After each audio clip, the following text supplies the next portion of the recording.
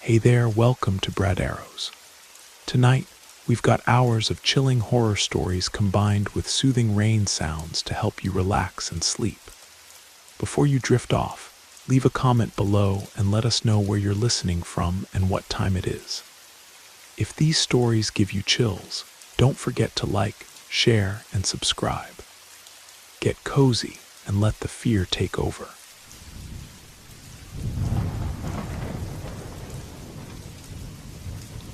This whole nightmare began about 4 years ago when I matched with this girl named Isabella on Bumble. At first, everything seemed perfectly normal. Casual conversations, light flirting, you know how these dating apps work. Isabella was intelligent, witty, and honestly way out of my league. But somehow she was interested, and I was over the moon. We arranged to meet at this cozy burger joint in downtown Portland. Nothing too fancy, but I thought it was relaxed enough to break the ice without creating any awkward pressure. Isabella was exactly as advertised when she walked in. Cool, easy to talk to, with this mysterious quality that made me want to dig deeper, to know more about her world. But almost immediately, she mentioned that she just ended a toxic relationship barely 2 weeks prior. She didn't want to elaborate, and I respected her boundaries. But there was this underlying tension about her, like she was carrying invisible baggage that weighed her down constantly. After dinner, we decided to hit a couple of local bars. Nothing too wild, just places where the music was loud enough to fill any uncomfortable silences. She drank considerably more than I did, which was unusual for me. But I figured maybe she was trying to numb whatever pain her recent breakup had left behind. When the night wound down, I offered to drive her home, and she accepted gratefully. That's exactly where everything started spiraling into absolute madness. After dropping Isabella off at her apartment complex, I began my drive home. Everything felt normal at first, just another successful first date under my belt. But then I noticed this beat-up black SUV maintaining the exact same pace behind me. No matter which direction I turned, left or right, it stayed glued to my tail like a shadow. I tried rationalizing it away. Maybe it was just another driver heading in the same direction, maybe pure coincidence.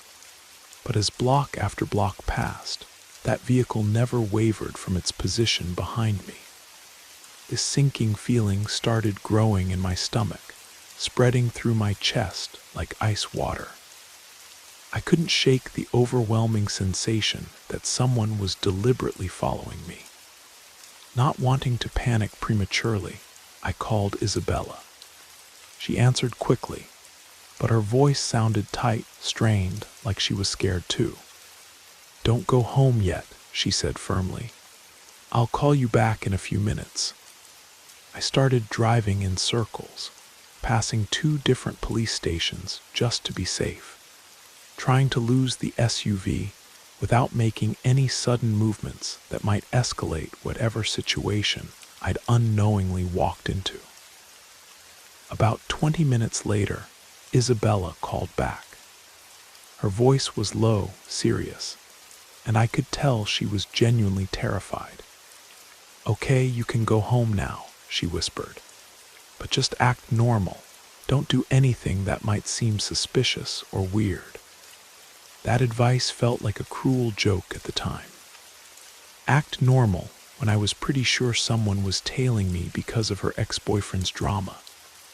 Still, I headed toward my apartment complex, hoping desperately that things would calm down once I got safely inside.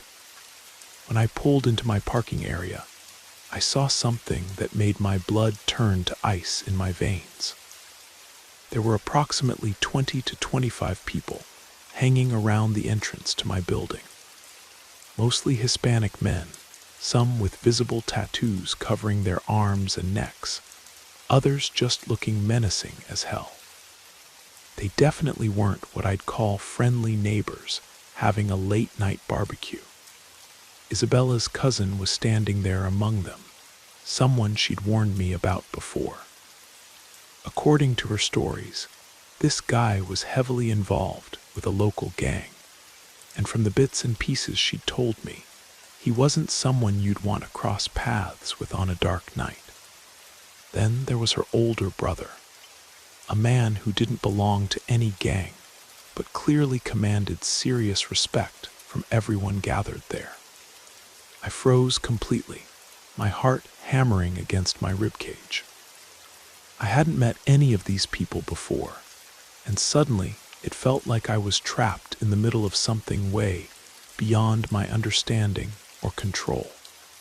The brother caught my eye and said casually, like we were old friends, "Hey man, how you holding up? You're good. Just come inside with us." I didn't argue or ask questions. I got inside as quickly as my legs would carry me and locked the door behind me with trembling hands. But the group didn't leave. For the next 4 hours, I could hear their voices outside my door in the parking lot around my building. It felt like a silent stakeout, like I was under some kind of protective but absolutely terrifying watch.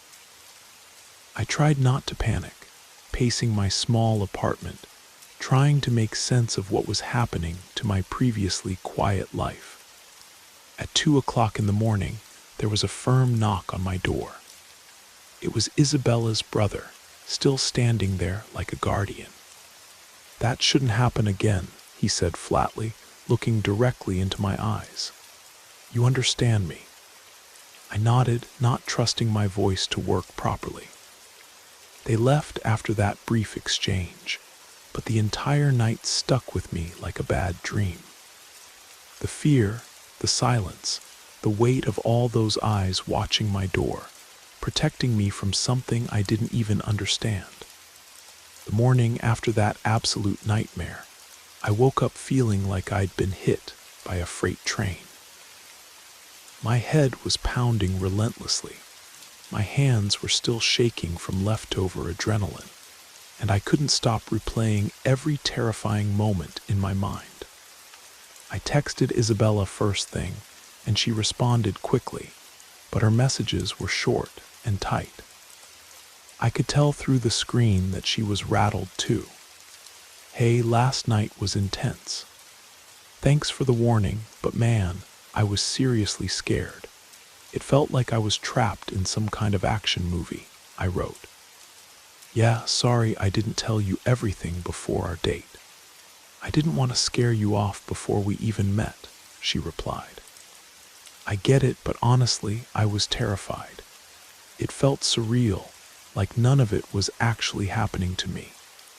She finally opened up more over text, telling me about how her ex-boyfriend had gotten deeper into gang activities over the past few years, how their messy breakup had triggered some seriously ugly retaliation from his associates, and how her family had gotten involved to protect her from escalating violence.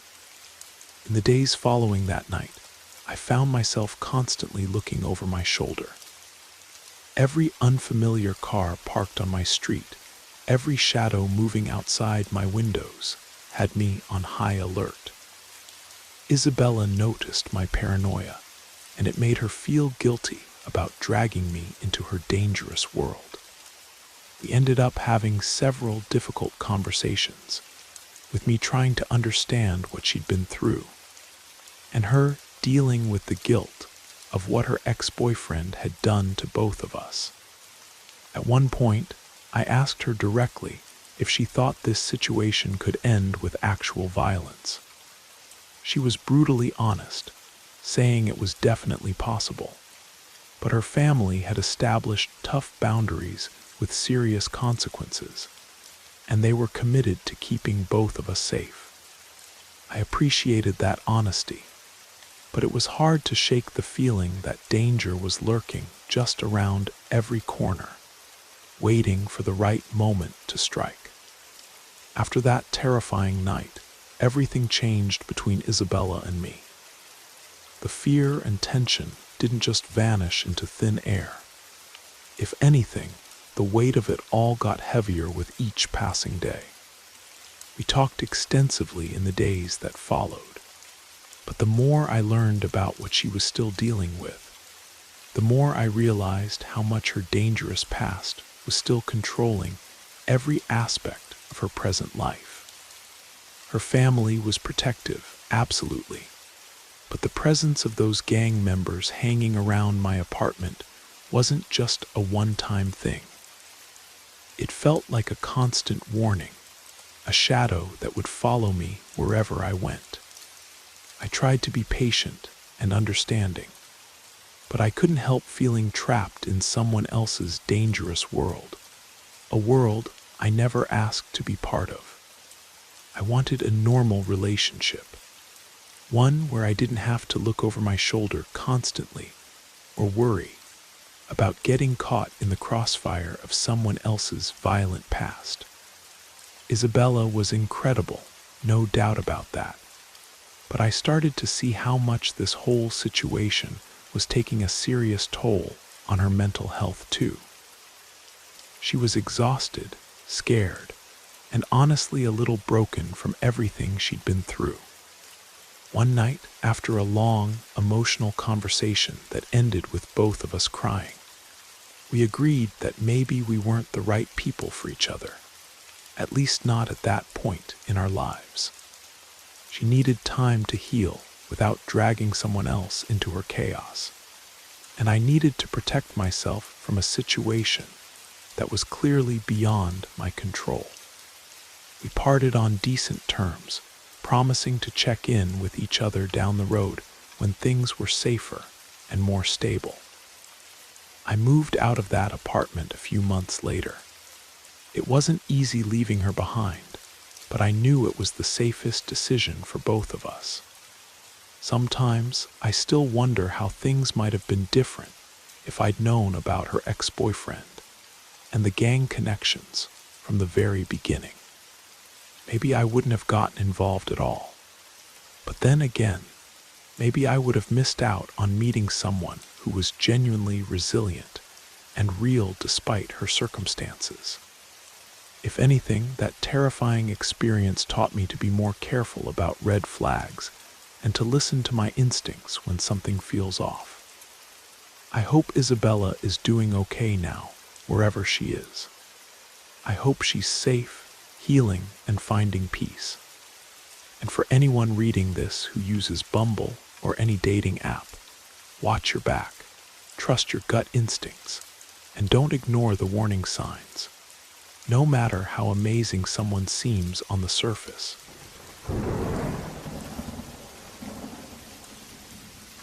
This happened several months ago, and I still can't shake how bizarre and unsettling the whole thing became. I'd been using Bumble for a while, and honestly, after a bunch of disappointing dates, I was getting pretty fed up with the whole online dating scene. But then I came across Rachel's profile, and something about it caught my attention immediately. She looked like the classic girl next door type. Blonde hair, bright green eyes, genuine smile, and she mentioned in her bio that she was really into true crime podcasts.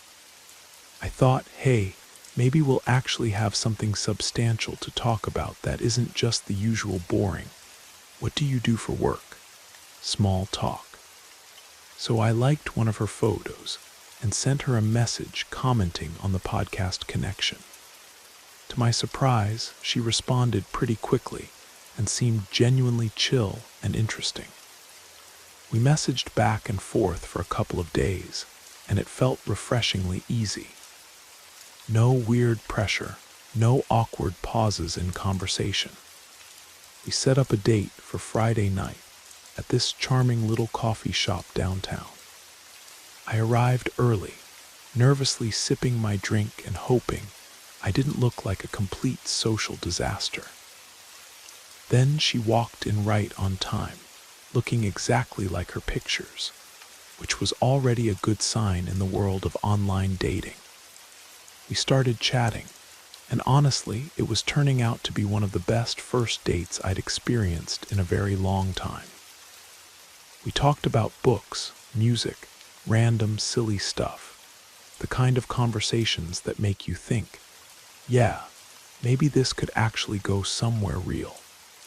After coffee, we decided to take a walk around the neighborhood. The streets were relatively quiet, just a little chilly, and I was feeling genuinely good about how the evening was progressing. But then we passed this sketchy-looking alley, and Rachel suddenly stopped dead in her tracks. "Do you hear that?" she asked, her voice dropping to almost a whisper. I strained my ears, listening carefully, but I didn't hear anything besides the normal city noise. Cars in the distance, maybe some music from a nearby restaurant. "Probably nothing," she said, but I could tell something had shifted in her demeanor. The relaxed, fun energy from earlier was suddenly replaced by tension. So we kept walking, but Rachel seemed genuinely tense now. I was thinking maybe she was just getting cold or nervous about something, but the whole vibe had definitely changed in a way that made me uncomfortable too. We stuck to the main street, but I couldn't shake this growing feeling that something was off about the whole situation. Out of nowhere, Rachel grabbed my arm tightly and whispered urgently, "Look." I glanced over my shoulder toward the alley she was pointing at, and there was this guy standing there. Tall, wearing a dark hoodie pulled way down over his face, partially hidden in the shadows like he was waiting for something specific. He was just standing there, completely motionless, like some kind of statue. I was trying not to freak out completely, while also not wanting to make a scene or seem paranoid. Rachel was staring at him too, her eyes narrowed with what looked like recognition or fear. "Maybe we should just cross the street," I suggested, trying to keep my voice calm. She nodded quickly, and we darted across like two paranoid idiots. But then this guy suddenly stepped out from the alley and started walking deliberately toward us. My heart started pounding hard, and I was already mentally preparing to run if necessary. But Rachel grabbed my hand and pulled me into a nearby convenience store before the guy could get too close. Inside, we were both breathing heavily, trying to act casual while watching through the window. The guy stopped, looked around for a few moments, and then disappeared back into the alley like he'd never been there at all. We didn't say much after that incident. We finished the night quickly, with her insisting on walking me back to my car, but we avoided all the dark streets and kept to the busiest, most well-lit routes possible. When I got home, I tried to convince myself it was just some random creep, nothing to stress about too much. But the whole thing stuck with me in an uncomfortable way. It felt like the guy had been waiting specifically for her, not just randomly lurking in an alley. I asked Rachel about it the next day, and she just said casually, "I've had some bad luck with weird guys following me before. I didn't want to freak you out or ruin our date." That should have been my cue to walk away immediately and block her number. A couple of days after that unsettling night, I was still thinking about the guy in the alley. Rachel had been texting me like everything was completely normal, but then weird stuff started happening that made my skin crawl. At first, it was small, seemingly harmless things, like a message from an unknown number with no text, just a picture of the exact alley where that guy had been standing. No caption, no explanation, nothing. I asked Rachel if she knew anything about it, and she just shrugged it off, saying it was probably some kind of prank or spam message. But then the messages kept coming with disturbing regularity. Every single day, sometimes twice a day, I'd get pictures of places Rachel had told me about during our conversations. Places I hadn't been to personally, but recognized from her stories. A photo of the coffee shop she'd mentioned loving as a kid. Another of her favorite park bench where she liked to read. The last one was the most disturbing. A selfie of Rachel, except it was clearly taken without her knowledge, from a distance, like someone had been watching and photographing her. I told her about all these messages, and her face went completely pale. She admitted that she'd been feeling like someone was watching her for several weeks, but she didn't want to tell me until she was absolutely sure she wasn't just being paranoid or overthinking things. Then things escalated to a whole new level of terrifying. One night around midnight, I got a text from Rachel's number that simply said, "I need help." Just those 3 words, nothing else. I tried calling her immediately, but she didn't pick up. I messaged her back asking if she was okay, but got no response whatsoever. I was completely freaking out, pacing around my apartment at 2 in the morning, trying to figure out what the hell I should do. Finally, I decided to drive over to her place to check on her. When I got there, I found that her front door was unlocked, which immediately set off every alarm bell in my head. That's when I realized this wasn't just some random creep anymore. This was serious, and Rachel was in real danger. I wasn't thinking straight or logically. I just barged inside, calling out Rachel's name desperately, hoping she'd answer and tell me everything was fine. The place was eerily quiet except for the constant humming of her refrigerator. Then I heard it, a faint shuffling sound coming from the direction of her bedroom. My heart was pounding so hard, I thought it might actually burst out of my chest. I crept down the hallway as quietly as possible, trying not to make any sound that might give away my presence. When I peeked into the room, it was almost completely dark except for the glow of Rachel's phone lying on the floor. The screen was cracked, showing a bunch of threatening messages from that same unknown number. And then I saw him. The guy from the alley, standing by the window, looking like he was about to slip out into the night. He hadn't noticed me yet, so I had the element of surprise. I didn't think rationally. I just yelled, "Hey, get the hell out of here." He froze for a split second, clearly startled, then bolted for the door. I chased him outside, but he disappeared into the darkness like he'd never existed. I went back inside and found Rachel hiding in her bedroom closet, shaking uncontrollably, tears streaming down her face. She told me that the guy had broken in, tried to grab her phone when she attempted to call for help, and she'd locked herself in the closet when she heard him moving around her apartment. We called the police immediately and waited together, both of us still shaking from the adrenaline and fear. The cops concluded that this guy had probably been watching her for weeks, maybe even months, likely following her movements since we'd first met on Bumble. But I couldn't stop thinking about what might have happened if I hadn't shown up when I did. What if this psycho had gotten away with something far worse? The police took detailed statements from both of us, dusted the entire place for fingerprints, and told us they'd increase patrols around the neighborhood.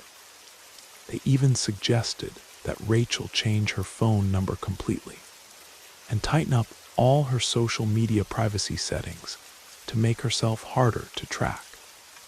I stayed with Rachel that night. Neither of us could sleep. We just kept replaying everything over and over in our minds. It felt completely unreal, like some twisted nightmare that we couldn't wake up from. Going through her messages together later, we discovered that it was probably a guy she'd been texting before she matched with me. He had sent some really disturbing, obsessive messages that showed he knew where she was before she even posted anything online. He was completely obsessed, and the whole situation had been escalating slowly without either of us realizing how dangerous it had become. Rachel kept apologizing, saying she should have told me more about what she'd been dealing with, but I told her repeatedly that none of this was her fault. Not even a little bit. Over the next few weeks, the police kept us updated on their investigation. They eventually found the guy living in a halfway house, but his phone was turned off, probably because he was trying to lay low and avoid getting caught. They said if he came near Rachel again, it would automatically be a felony charge. The whole terrifying experience completely changed how I view online dating. I'm usually pretty careful about these things, but this situation made me realize how easy it is for people to stalk and manipulate others, and how quickly things can go from casual and fun to dangerous and life-threatening. Rachel and I are still talking, but we're taking things extremely slow. We both needed time to heal and feel safe again before we could even think about a normal relationship.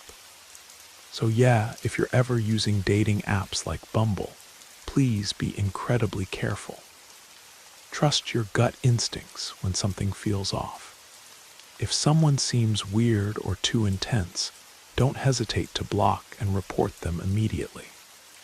And if something feels wrong, don't ignore those warning signs, no matter how good someone seems on the surface.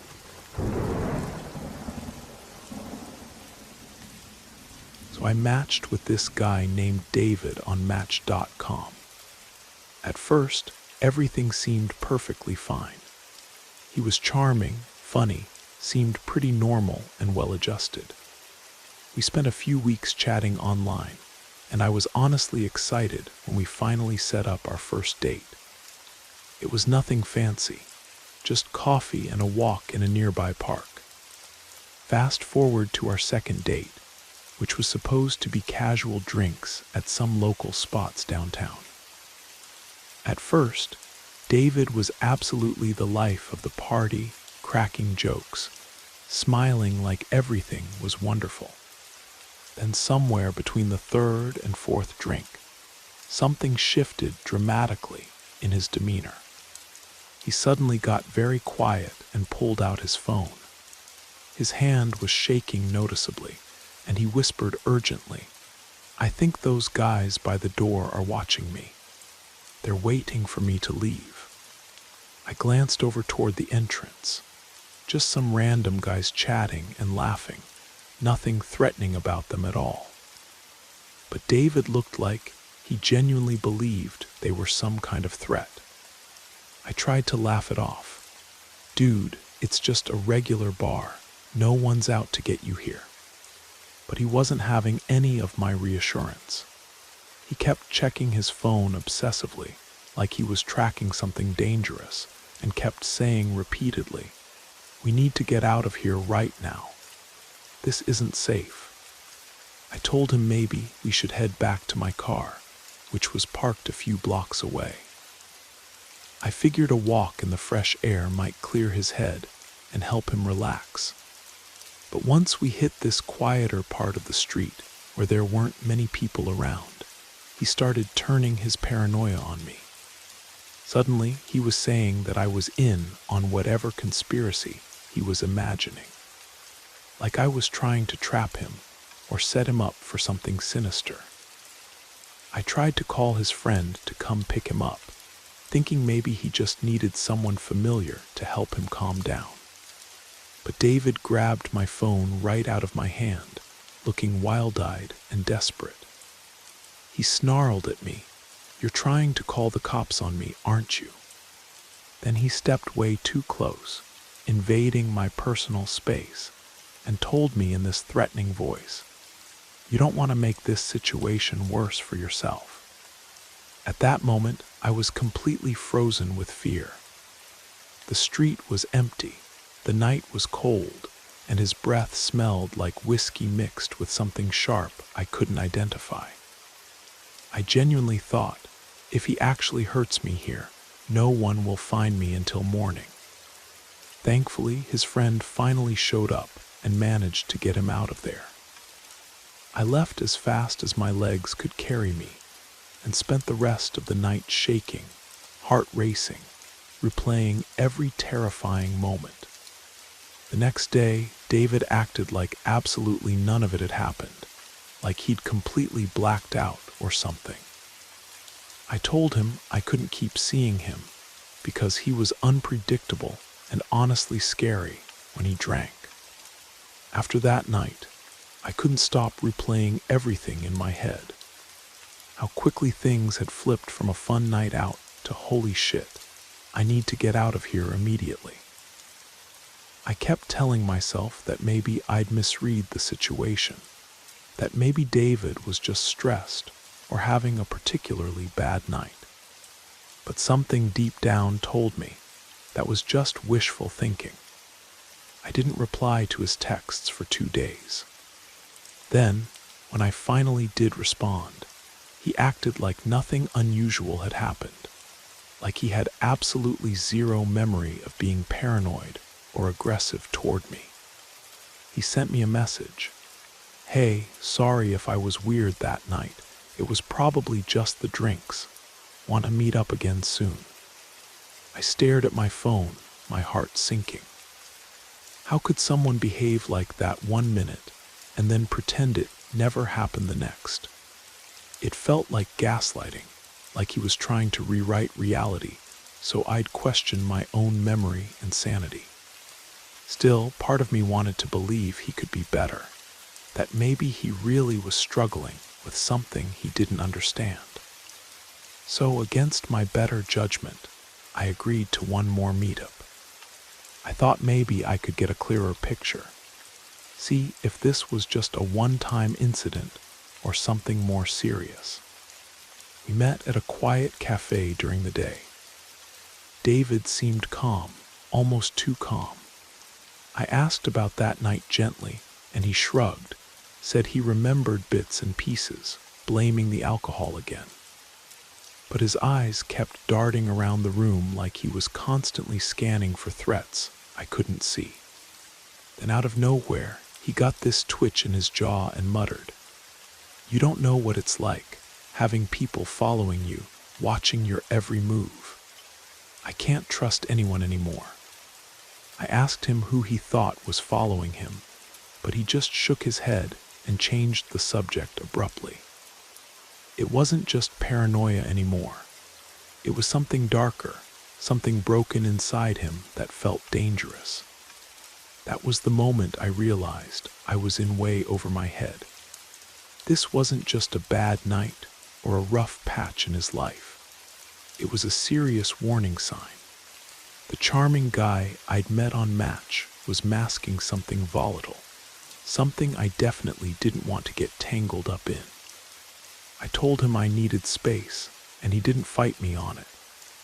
He just nodded, but his eyes held this strange emptiness that made my skin crawl.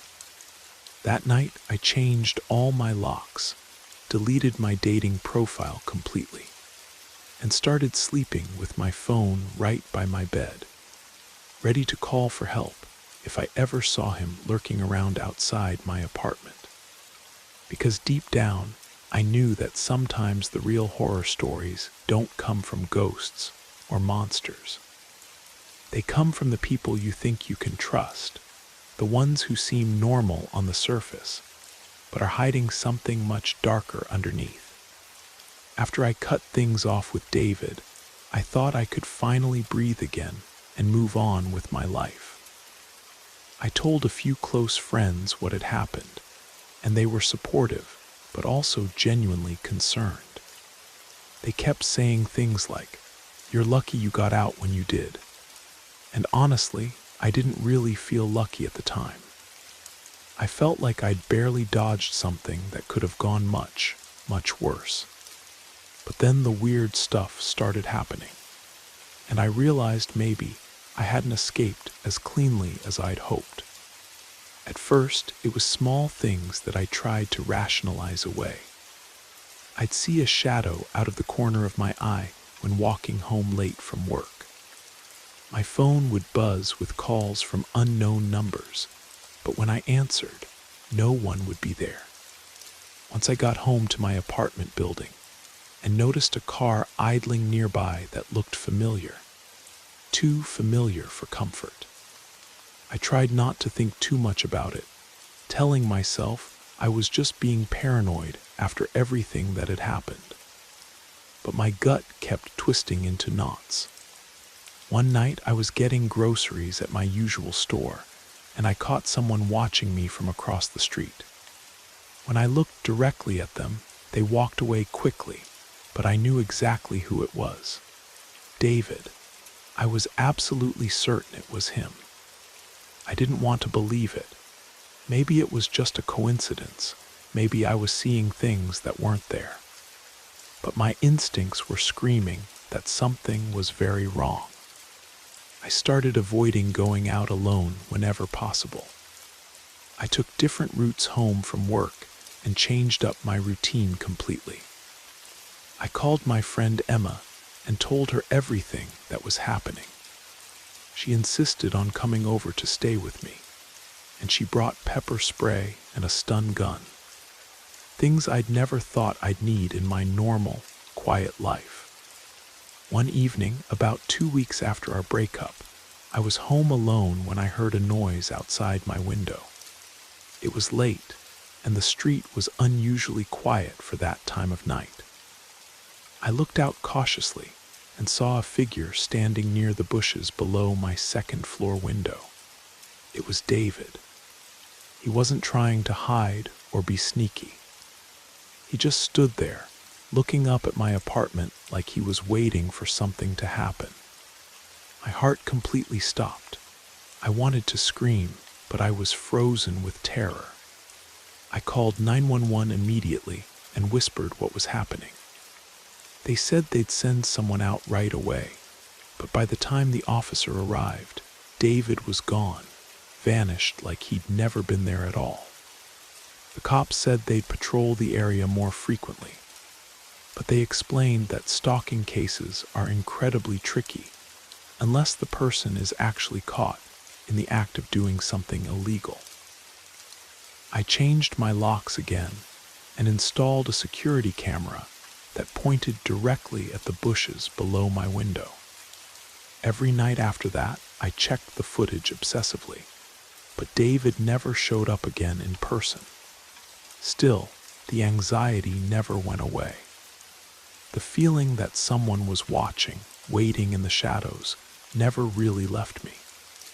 I now know that sometimes the people you meet online don't just disappear quietly after you say no. Sometimes they linger in the darkness, and that's the real nightmare that stays with you long after the danger has passed. After that night with David lurking outside my window, I couldn't shake the feeling that he was always somehow one step ahead of me, watching my every move. The security cameras gave me some peace of mind, but I still didn't feel truly safe in my own home. Every creak in the apartment, every unexpected sound made me jump like I'd been electrocuted. I stopped going out at night alone completely. Friends started inviting me to hang out, but I often said no because I didn't want to burden anyone with my problems. And honestly, I was just too scared to leave my apartment after dark. I even seriously considered moving to a different part of town. My apartment wasn't that far from where David lived, and the thought of accidentally bumping into him in a hallway or on the street made my skin crawl with fear. But moving isn't easy or cheap, and I didn't want to give him that kind of control over my life and decisions. One night I was scrolling through my phone when I got a text from an unknown number. It said simply, "You can't hide forever." My hand shook as I stared at the message on my screen. It had to be him. I blocked the number immediately and called the police to report it. They told me to keep screenshots of any threatening messages and to report anything else suspicious that happened. They said they'd send patrol cars around my neighborhood more often. But honestly, knowing the cops were out, there didn't make me feel much safer. If anything, it just reminded me that David was still out there somewhere, watching and waiting. A few days later, my friend Emma came over with a list of self-defense classes and offered to go with me. I agreed, even though it felt surreal to have to prepare for something like this. Through the classes, I met other women who'd had similar stalking experiences. Hearing their stories helped me feel less alone, but it also made me realize how depressingly common this kind of behavior actually is. David never tried to contact me again after that threatening text, and the police said that without more concrete evidence, it would be very difficult to take any legal action against him. But I knew he was still there, a dark weight in the back of my mind that I couldn't shake off. It's been several months now, and I'm slowly learning to live with the anxiety and constant vigilance. I try to remind myself that I'm stronger than this fear. But every once in a while, when I'm walking home alone or looking out my window at night, I still wonder if he's out there somewhere, watching and waiting. And that's the part that's hardest to shake. The feeling that some people never really leave your life, even when you want them to disappear forever.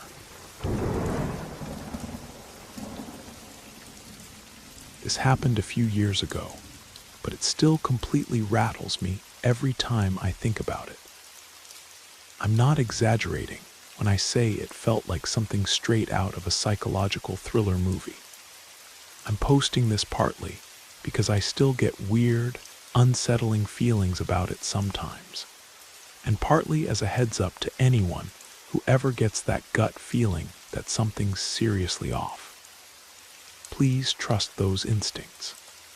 So for background, I met this guy named Jason on Bumble.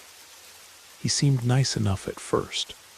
Charming, articulate, funny in that dry, sarcastic way that I really like. He had a good job in information technology, his own place in a nice neighborhood. No obvious red flags that I could pick up on right away. We started dating maybe once or twice a week, and he always seemed normal. Not overly pushy, not too intense, no love-bombing tactics. If anything, he was a little reserved and private, which honestly made me a bit unsure about him. But I chalked it up to him being naturally introverted. After about a month of casual dating, he invited me to stay over for the first time. I'd been to his place before for dinner once, but never stayed overnight, so this felt like a significant step forward in our relationship. We hung out on a Friday night, cooked dinner together. Well, he cooked while I offered to help, and he said, "No, just relax and let me take care of everything." We watched a movie, cuddled a bit, slept together, and went to bed.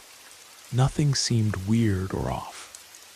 If anything, I remember texting a friend the next morning saying it felt like a turning point, like maybe we were going to become something more serious.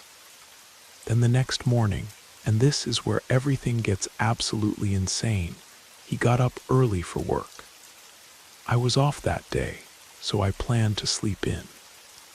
He got dressed and told me to just relax and sleep as long as I wanted. "I'll be back by 5 o'clock this evening," he said.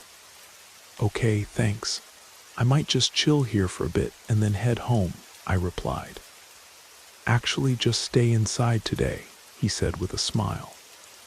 All right, I said, still groggy and half asleep. It didn't really register as strange at the time. I was tired, barely awake. He kissed me goodbye and left for work. About an hour later, I was fully awake and decided to make some coffee, and then head home to take a shower and get on with my day. As I went to open the front door, it wouldn't budge. I figured maybe it was just sticky or warped, so I pulled harder, and eventually, to my complete disbelief, I realized it was locked from the outside. Obviously, this struck me as extremely weird. I tried to open the deadbolt and the door handle, but neither would move at all. I went to the back door, and it was locked too. The door into the garage was the same thing. Every single exit was completely secured. This is where I began to feel genuinely panicked. I looked around the house frantically for maybe a spare key to the back door, but I noticed some key hooks in the front room, and they were completely empty. At this point, I was finding it very hard to rationalize that this was some kind of innocent mistake on Jason's part, and I was getting scared. I just wanted out of there immediately, so I tried several windows around the house. Some had screws drilled directly into the frames, making them impossible to open, and the rest were those crank-open types that wouldn't open wide enough for a person to fit through, even someone as small as me. I started thinking maybe I'd missed something important. Maybe there was a hidden key or a security code I didn't know about. I knew I had very little choice but to text him directly. Hey, I think I'm locked in. I can't open the front door, I messaged. His reply came 5 minutes later. Yeah, I locked it before I left. Just stay inside. You're not allowed to go out when I'm not home. Excuse me, what? I stared at that message like it was written in a foreign language. Not allowed to go out. Who says that to a grown adult?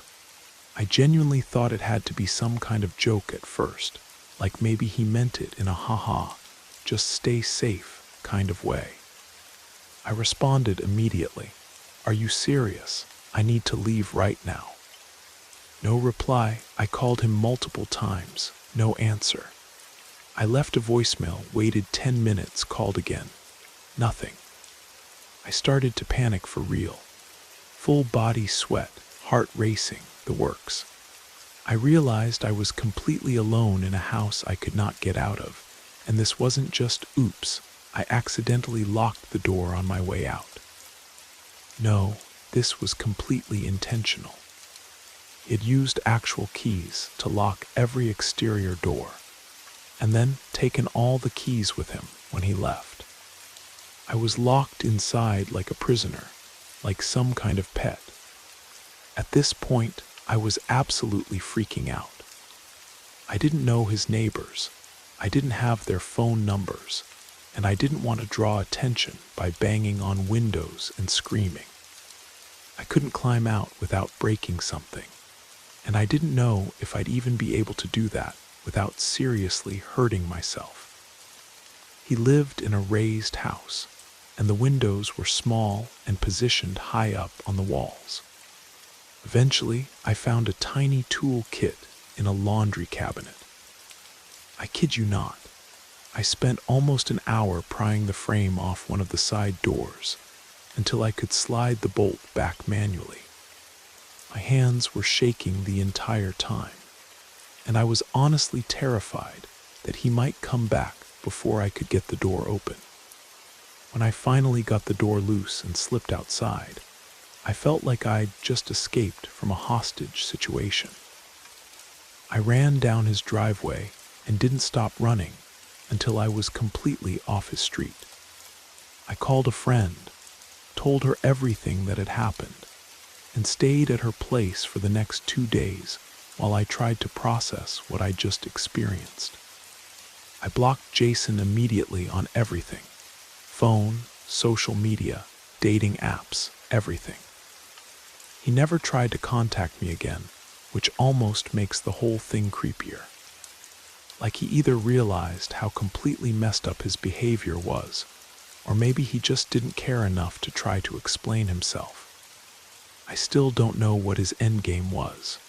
Control, some delusional fantasy about protecting me, or something much darker that I don't want to think about. I reported the incident to the police because I was genuinely afraid he would do this to other women. I remember being so embarrassed at the time that I'd found myself in that situation. But looking back now, I realize it wasn't my fault at all, and it definitely wasn't normal behavior. The officer told me it was actually a serious offense, and they would follow up on it. I'm still deciding whether to press charges because I really don't want to see Jason again, but I know it's probably the right thing to do. I'm just scared of what he might do if he finds out I reported him. If you take nothing else from this story, let it be this: whether you've known someone for 4 days, 4 months, or 4 years, if they tell you you're not allowed to do something basic like leave a house, that's not love or protection. That's control, and that's dangerous. Even if they seem perfectly normal in every other way, trust yourself when something feels wrong.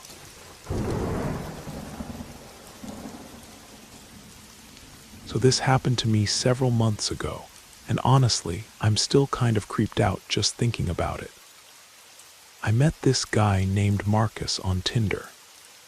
We'd been chatting for a couple of weeks, and he seemed normal enough, maybe a bit quirky, but funny and interesting. When he mentioned that he was visiting my city for work, we decided to meet up at my apartment since it was getting late, and I didn't really want to go out again. I thought it would be chill and low-key. From the very moment I opened my door, something felt completely off about the whole situation. Marcus smiled when he saw me, but it wasn't a warm, genuine smile. It was the kind of smile that made your skin crawl, like he was hiding some kind of disturbing secret behind his eyes. I tried to brush off the feeling, thinking maybe I was just nervous about having someone new in my personal space. But he kept making these really weird remarks about how perfect my skin looked. And then he said something like, "It's a shame all that beauty is just surface level. I bet there's a darker side hiding underneath, like everyone has their secrets." I should have kicked him out right there and then, but I wasn't prepared for that kind of confrontation. And I stupidly told myself it was probably just a compliment that came out sounding way creepier than he intended. When I finally did suggest that he should probably head out, mentioning that I had an early start the next morning, he seemed genuinely reluctant to leave. He asked if he could crash on my couch because he'd missed the last train back to his hotel. I didn't want to be rude or seem inhospitable, so I agreed. But something told me to lock my bedroom door before going to sleep. Around midnight, I started hearing noises coming from other parts of my apartment. Footsteps, shuffling sounds, like someone was moving around and going through my things. I froze in my bed, listening carefully. Then there was knocking on my bedroom door. It was Marcus, and he said he needed help with something urgent. But I just didn't feel safe opening that door. My gut was absolutely screaming at me to stay put and not let him in, so I ignored him completely. Morning came and I cautiously checked the rest of my apartment. Marcus was completely gone, but my bathroom was covered from floor to ceiling in aluminum foil. I mean the entire bathroom. Walls, sink, mirror, even the toilet. Everything was wrapped in foil, like some kind of bizarre art installation. I still don't know why he did that. It was like some weird prank, or maybe a sign that he'd invaded my personal space way more than I'd realized while I was sleeping. I was terrified for days afterward. I changed my phone number immediately, but every little noise in my apartment made me jump out of my skin. I reported it to the police, but since nothing was actually broken or stolen, they said there wasn't much they could do legally. It's been months since that happened, and I'm much more careful now about who I let into my home, even if they seem perfectly nice when you're chatting online. Lesson learned the hard way. Trust your gut instincts completely, and never invite someone you barely know into your personal space, no matter how normal they seem on a dating app. After that night, I felt like I couldn't even be alone safely in my own home anymore. I kept thinking about what if he'd come back while I was sleeping. What if he'd done something much worse than just covering my bathroom in foil? The whole thing felt like a weird warning, or just proof that he had absolutely no respect for personal boundaries. I started changing my daily routines completely. I'd come home only during daylight hours, and I asked friends to stay over whenever possible. I even installed a small security camera by my front door, something I'd never thought I'd need in my quiet neighborhood. The paranoia was absolutely real. Every time my phone rang or I heard a knock at my door, my heart would jump out of my chest with fear. I told a couple of close friends what had happened, and they were shocked. Some of them urged me to file a more detailed police report, but I'd already done what I could. I've blocked Marcus on everything: social media, phone, messaging apps. He tried contacting me a couple of times afterward from different phone numbers, but I ignored those messages and blocked those numbers too. The worst part was realizing how completely wrong my initial judgment had been. He seemed perfectly okay when we were chatting online, but in person, he was a totally different person. Dark, invasive, and borderline dangerous. Honestly, it took me months to feel somewhat normal again. I started going to therapy, which really helped me process the anxiety and fear. I learned to trust my instincts much more, and to set much firmer boundaries with people I don't know well. Now whenever I hear someone casually say, "Just meet online and then invite them over to your place," I cringe internally. Sure, it can be safe sometimes, but only if you really know the person well, and even then, you need to stay alert and trust your gut feelings. I learned the hard way that no matter how nice someone seems when they're texting you, you really can't know their true personality until you meet them in a public space first. And even then, you need to stay vigilant and aware. I'm sharing this experience because I want other people to be more careful and to listen to their instincts. Creepy vibes aren't just something that happens in horror movies.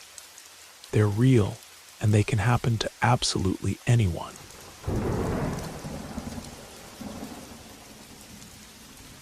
This happened when I was just a kid, back in the late 70s. It's something I never really thought much about until I got older and realized how strange and inappropriate the whole situation actually was. Looking back now, it was definitely one of the creepiest experiences I've ever had in my life. We lived in a small suburban neighborhood, and it was a completely different time back then. The back door was usually unlocked during the day. Kids played outside without anyone worrying too much about stranger danger. And you could leave your car running for a minute without thinking twice about someone stealing it. It wasn't unusual for neighbors to just pop in unannounced, especially if they were friendly or lived right next door. But this one neighbor, he was definitely a bit off, to put it mildly. His name was Robert, and he lived 2 houses down from us. He was always hanging around in his front yard, waving at people who walked by, always way too friendly in a way that made you uncomfortable. But he had this really weird habit of just walking into our house uninvited. I'm talking about walking in like it was his own home. No knocking, no waiting for someone to answer the door, no announcement that he was coming in. He just let himself in whenever he felt like it, and sometimes he wouldn't even say anything to let us know he was there. This wasn't a one-time thing either. It happened regularly over several months. At the time, I never thought my parents were too bothered by it, and they didn't really talk to me about how inappropriate it was. It wasn't until years later that I understood how weird and invasive that behavior actually was. The most bizarre incident happened one afternoon when my dad was out in the garage working on our car. I was in my room, probably playing with toys or reading comic books, when I heard the back door creak open. I heard the latch click, and then I heard heavy footsteps walking through our house. I didn't think much of it at first, just assuming my dad had come back inside for something. But the footsteps didn't sound exactly like his. Then I heard my dad's voice, loud and sharp, like he was talking to someone he definitely didn't expect to see. "Robert, what the hell are you doing in here?" I rushed into the hallway to see what was going on, and that's when I saw him. Robert was standing right in the middle of our living room, casually leaning against the armrest of our couch, sipping a can of beer like he lived there. My dad was standing in the doorway from the kitchen, wearing his work clothes, looking completely stunned and confused. There was this really weird tension in the air, like neither of them knew exactly what to do next. My dad's face was a mixture of confusion, frustration, and just a little bit of anger. Robert didn't even flinch or seem embarrassed. He just stayed there, completely unbothered, like it was totally normal to just walk into someone else's house while they weren't home and help yourself to their beer. He gave my dad this half smile and said something like, "Hey there, neighbor. Just thought I'd drop by and see how you were doing today." At that point, my dad was trying to wrap his head around the whole situation. He didn't shout or raise his voice, but he definitely wasn't happy about finding someone in his house uninvited. I remember my dad talking to Robert for a few minutes, trying to get him to leave politely, but Robert didn't seem bothered by any of it. He just hung out there, chatting about the weather and neighborhood stuff that should have been normal small talk, but felt incredibly weird and awkward given the circumstances. My dad, looking more uncomfortable by the second, eventually had to physically walk into the living room and escort Robert toward the door. It was the most bizarre and awkward interaction I'd ever witnessed. Robert eventually left, waving like he was leaving a party, and my dad locked the door firmly behind him. I could tell my dad was really shaken up, but he didn't say much to me about it at the time. He just told me to let him or Mom know immediately if Robert came into the house again. And if I was ever alone, I should go to Mrs. Patterson's house next door. A few weeks after that incident, I noticed my dad started installing a tall fence around our entire backyard with a locked gate. It wasn't until I was much older, after I'd moved out and started my own family, that my dad finally told me the real reason for that fence. He said that after that day, he realized that Robert had been coming into our house unannounced for months, sometimes when my parents weren't even home. Beer had been disappearing much faster than expected, and at one point, my mom had actually accused my dad of drinking too much because she couldn't account for where it was all going.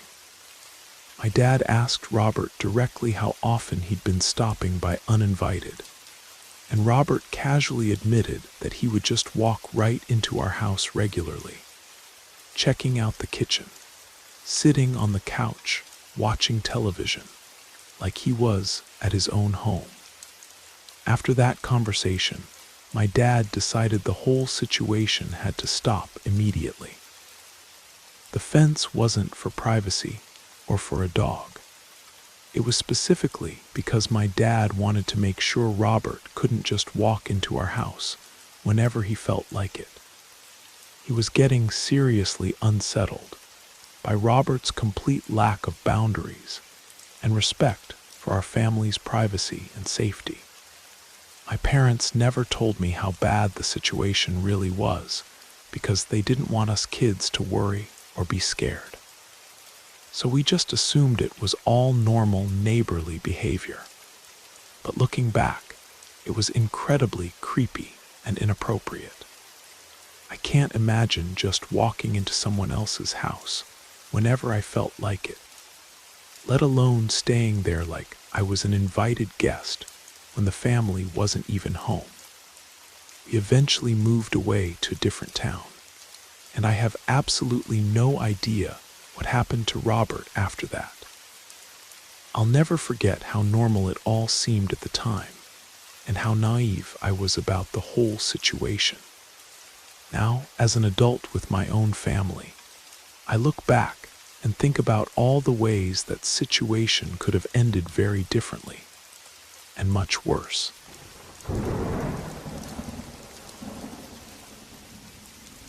This happened when I was around 12 years old, so this was in the early 2000s. We lived in a pretty average middle-class neighborhood. Quiet, safe, not the kind of place where anything dramatic usually happened. It was early evening, probably around 6 o'clock or so. I was home after school, watching television in the living room, and my mom was in the dining room folding laundry or cleaning up from dinner. The sun had just started to set, but it was still light outside. Just a normal, quiet evening like any other. Then someone knocked on our front door.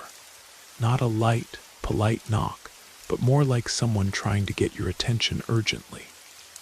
It wasn't aggressive exactly, but it was enough to make both of us stop what we were doing and pay attention. My mom checked through the peephole and didn't recognize the man standing there.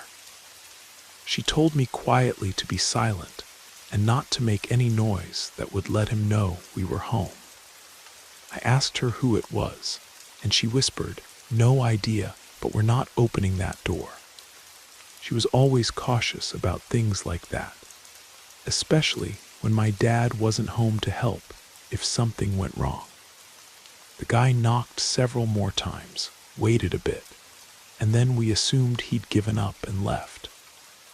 But a minute later, we heard the gate on the side of our house swing open with a loud creak. That's when my mom got really serious.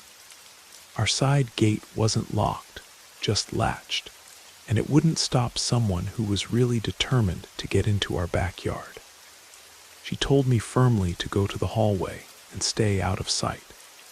Then she walked quickly to her bedroom and came back with her handgun. She wasn't someone who talked about owning a gun or bragged about it. It was just something she kept safely stored in case something dangerous ever happened. This felt like one of those times. She went to the kitchen, where our back door was located, and caught the man standing right outside, trying our door handle and peering through the glass like he was planning to break in. She told me later that she saw him pull something from his pocket, maybe a screwdriver or something similar. and raise it toward the glass like he was about to try breaking through our door. Right then, she opened the door just enough so he could see her clearly, and more importantly, see the weapon in her hand. She didn't say anything threatening. She didn't need to. He looked at her, froze completely, and then turned around and ran straight out of our gate and down the street as fast as he could move. She called the police immediately and gave them a detailed description. But by the time officers arrived, he was long gone. We figured that was the end of the whole scary situation.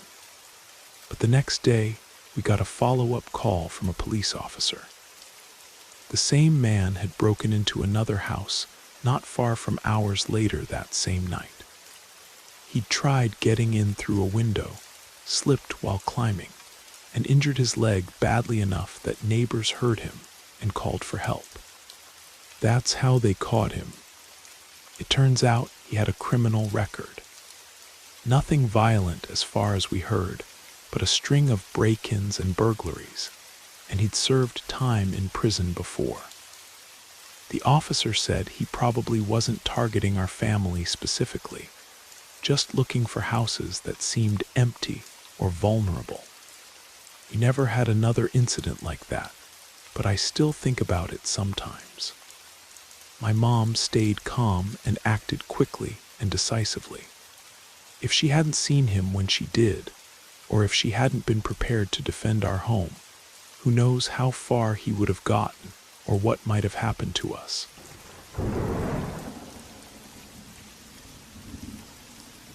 This didn't happen to me directly, but to my Aunt Patricia a couple of years ago.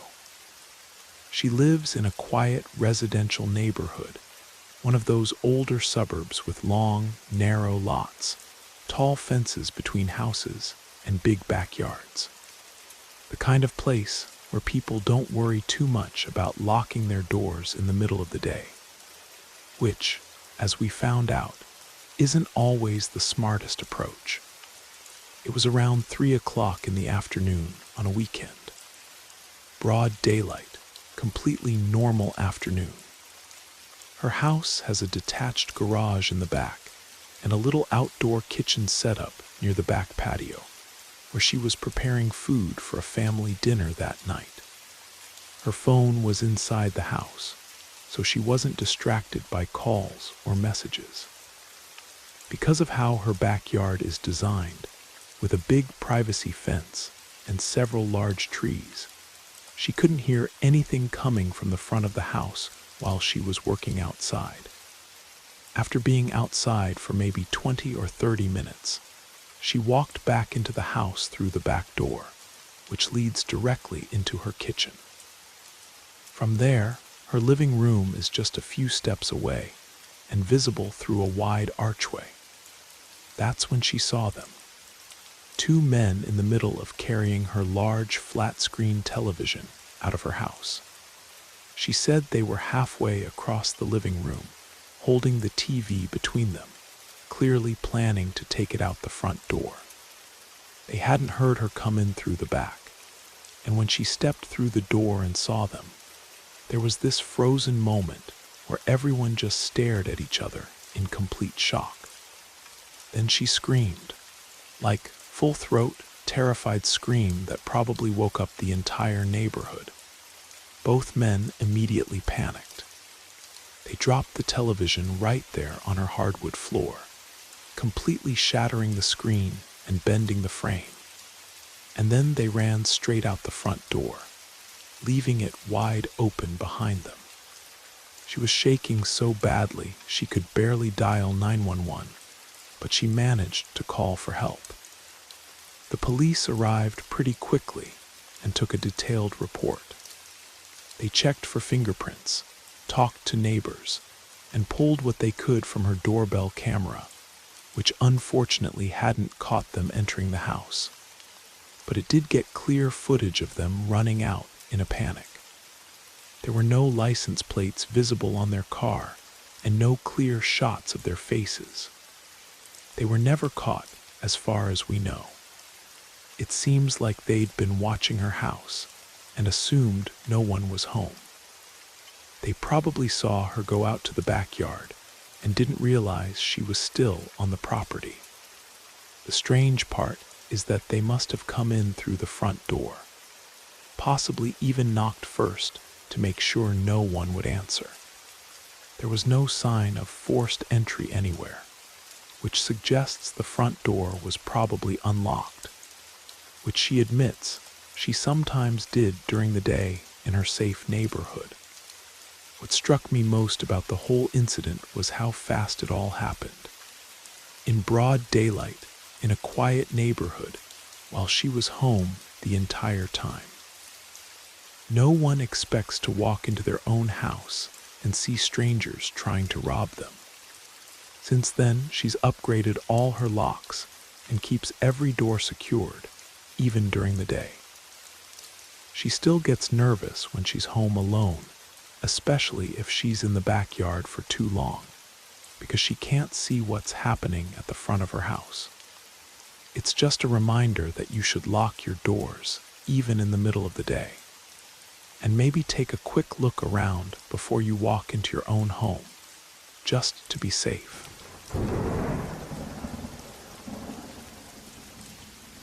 This happened a few years ago, but it still comes up in conversations because of how surreal and absolutely terrifying the whole thing was. One of my closest friends, Kevin, lived in a rental house with 3 other guys while they were all going to college. It wasn't a great neighborhood, but it wasn't terrible either. Just kind of worn down and loud, mostly students, some older folks, and a few sketchy houses scattered around. You get the picture. Anyway, it was around 11 o'clock at night on a weeknight. Not a weird time for people to stop by their place, since there was always someone coming or going. I wasn't there that night, but I heard about it the next morning directly from Kevin, and he was still visibly shaken up by the whole experience.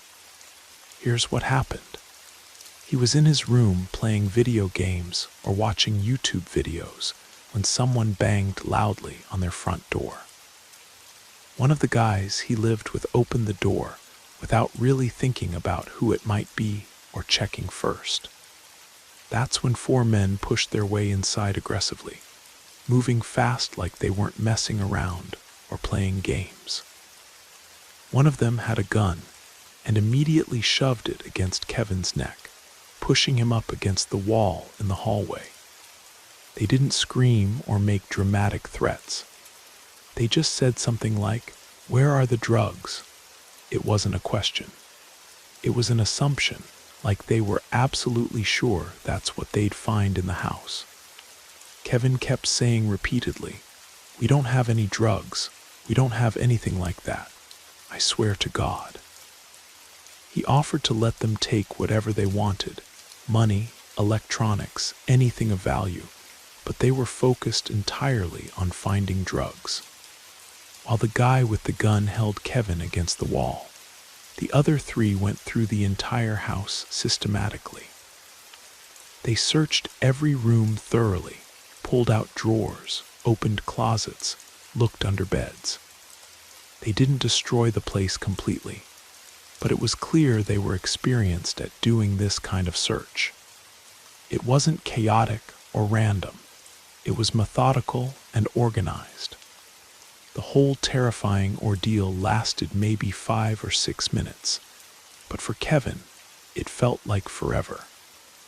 Eventually, the men realized they weren't going to find what they were looking for. One of them said something like, "This isn't the right place," and they started filing out of the house just as quickly as they'd entered. Just before the last one left, he looked at Kevin, who was still frozen against the wall, and said, "Sorry about this, man," and then walked out like nothing had happened. They didn't call the police right away because honestly, they were all in shock and also kind of paranoid.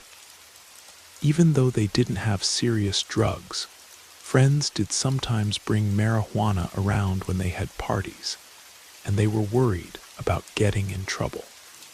They did eventually report it to the police, but nothing ever came of it.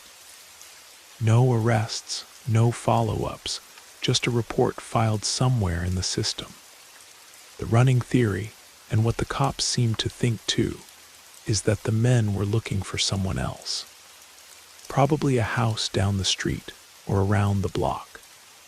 Maybe someone had moved out, and Kevin's group had moved in recently. Or maybe they just got bad information about where to find what they were looking for. Either way, it was clearly a case of mistaken identity. It could have gone so much worse. No one got seriously hurt, nothing was stolen, and the gun was never fired. But the psychological effect of that night stuck with everyone in that house for months afterward. They were all paranoid about every knock on the door after that. They installed a security camera and multiple locks. One of the guys moved out within 6 months because he couldn't handle the anxiety. It was one of those moments where reality just snaps completely. 1 second you're sitting in your house playing video games, and the next second you've got a gun pressed against your neck, and you're wondering if you're going to die over something you know absolutely nothing about.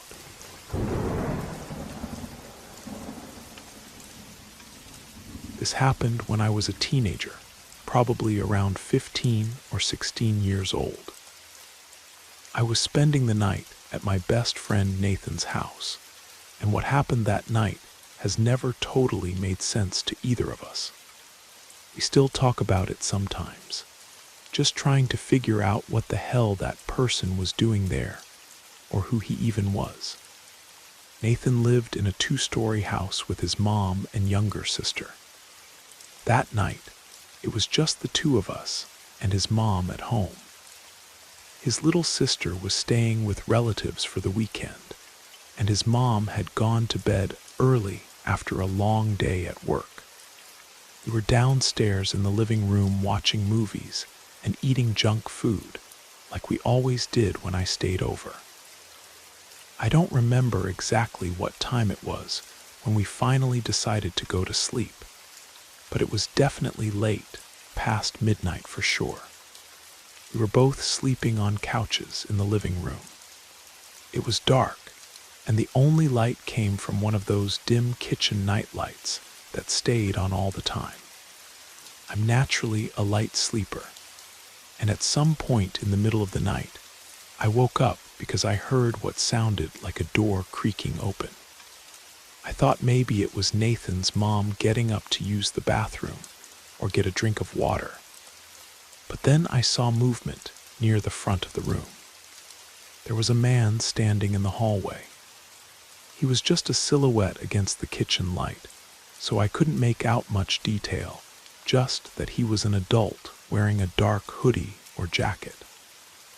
He was standing completely still, like he was trying to figure out if we were actually asleep or not. I froze completely. I didn't know if I was dreaming or not at first, and I didn't want to wake Nathan in case I was just being paranoid. But then the guy took a step forward into the room, and I could see him more clearly. He looked surprised, like he hadn't expected anyone to be there sleeping in the living room. Then Nathan stirred on his couch. He must have sensed something was wrong too, because he sat up quickly and said, "Who the hell are you?" That's when everything went completely sideways. The guy lunged toward Nathan without saying a single word. It was this weird, panicked moment where none of us knew what was happening. Nathan tried to stand up and push him away, and I jumped to my feet too, but I didn't know what to do to help. The intruder was already on top of Nathan, grabbing at his arms. Then the guy bit him. Hard. Nathan screamed, and I mean not just yelled, he actually screamed in pain and terror. I pulled the guy off Nathan as best as I could, and as soon as I did, he bolted straight out the front door. Gone before we could even register what had just happened. The whole thing was maybe 30 seconds from start to finish. We locked the door immediately, turned on every light in the house, and woke Nathan's mom up.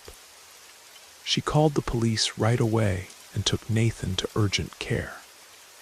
The bite was really bad, deep enough that he needed multiple stitches and antibiotics, but thankfully, he healed up fine eventually.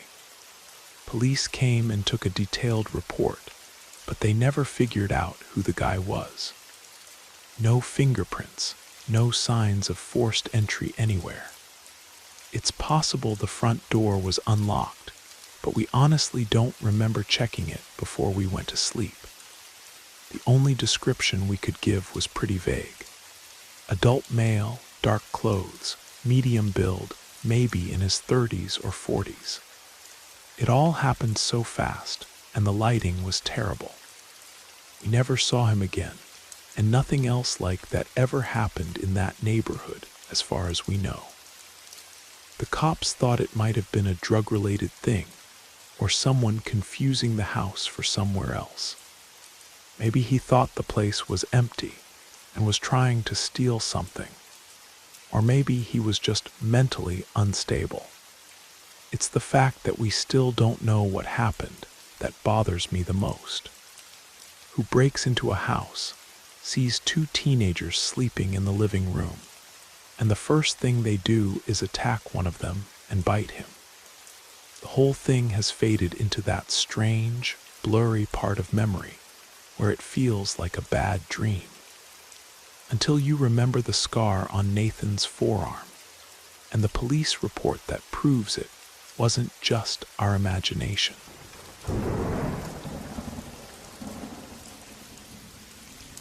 This happened about 2 years ago, and even though the actual incident was over in a matter of minutes, I still think about it regularly. Mostly about what could have happened if I hadn't woken up when I did. For a bit of background, I work night shifts at a distribution center, so my sleep schedule is completely flipped from normal people. I usually get home around 6:30 in the morning, eat something quick, maybe watch a bit of television, and crash by 8 o'clock. This was a Tuesday, middle of the week, nothing unusual about the day. I was dead asleep when it happened. No dreams, no noise that consciously woke me up, just one of those weird moments where you suddenly open your eyes for no apparent reason. I remember lying there for a second, groggy and disoriented, then getting up to get a drink of water from the kitchen. That's when I saw them through my sliding glass door. Two guys, one kneeling and one standing, both outside my back door, working on the lock with what looked like a screwdriver and maybe a crowbar or some kind of thin pry tool. My kitchen opens directly onto my small backyard, and the sliding glass door is partially hidden by a privacy fence, so it's not easily visible from the street. For a few seconds, I just stood there, half asleep, not fully processing what I was seeing. I think my brain tried to explain it away at first. Maybe they were contractors working on something, or neighbors fixing a fence. Then it hit me like a jolt of pure caffeine. They were trying to break into my house. Right then, in the middle of the day, while I was sleeping. I didn't say a word. I just backed up slowly, went to my bedroom, and grabbed the 12-gauge shotgun that I keep in my closet for home defense. Still in my underwear, mind you. No shirt, no shoes, but plenty of firepower. So there I was, just me, my gun, and a rapidly increasing heart rate. I walked back into the kitchen as quietly as I could and opened the side door that leads out to my driveway. As I did, I heard a car horn start honking frantically from across the street. Their getaway driver must have seen me through a window or mirror, because the second that horn went off, the two guys dropped everything and bolted. They didn't even stop to grab their tools. They just took off running through my gate and sprinted across the street. I stepped outside, still in my underwear, still holding the shotgun, and watched them jump into an old, beat-up sedan. The driver punched it, tires screeching, and they peeled out so fast I couldn't even catch a full license plate number, just a partial. I didn't fire the gun. I didn't have a reason to, and honestly, I was shaking too much to trust myself with it anyway. But I stood there like an idiot, barefoot and half naked, watching them disappear down the street. I called the police after I calmed down a bit. They came out, took a report, and collected the screwdriver the guys had dropped when they ran. They dusted the sliding door for prints, but didn't find much useful. No real leads, and I never heard any updates after that initial report. The officer said this method was typical of quick daytime break-ins. Target houses that look empty during normal work hours. Get in and out as fast as possible. Grab whatever's valuable and portable. What gets me is that they were already halfway through breaking in when I woke up. The door latch was scratched up badly, and you could see where the frame had started to give way under pressure. Another 10 minutes, maybe less, and they would have been inside my house while I was sound asleep. That part still gives me chills when I think about it. Needless to say, I've made several important changes since then. Upgraded all the locks, reinforced the sliding door with a security bar, and installed cameras around the perimeter. Also, I started wearing actual pajamas to bed, just in case I need to chase off intruders again. Stay safe out there. You never know when something like this is going to happen, even if it's the middle of the day and you think you're just getting up for a glass of water.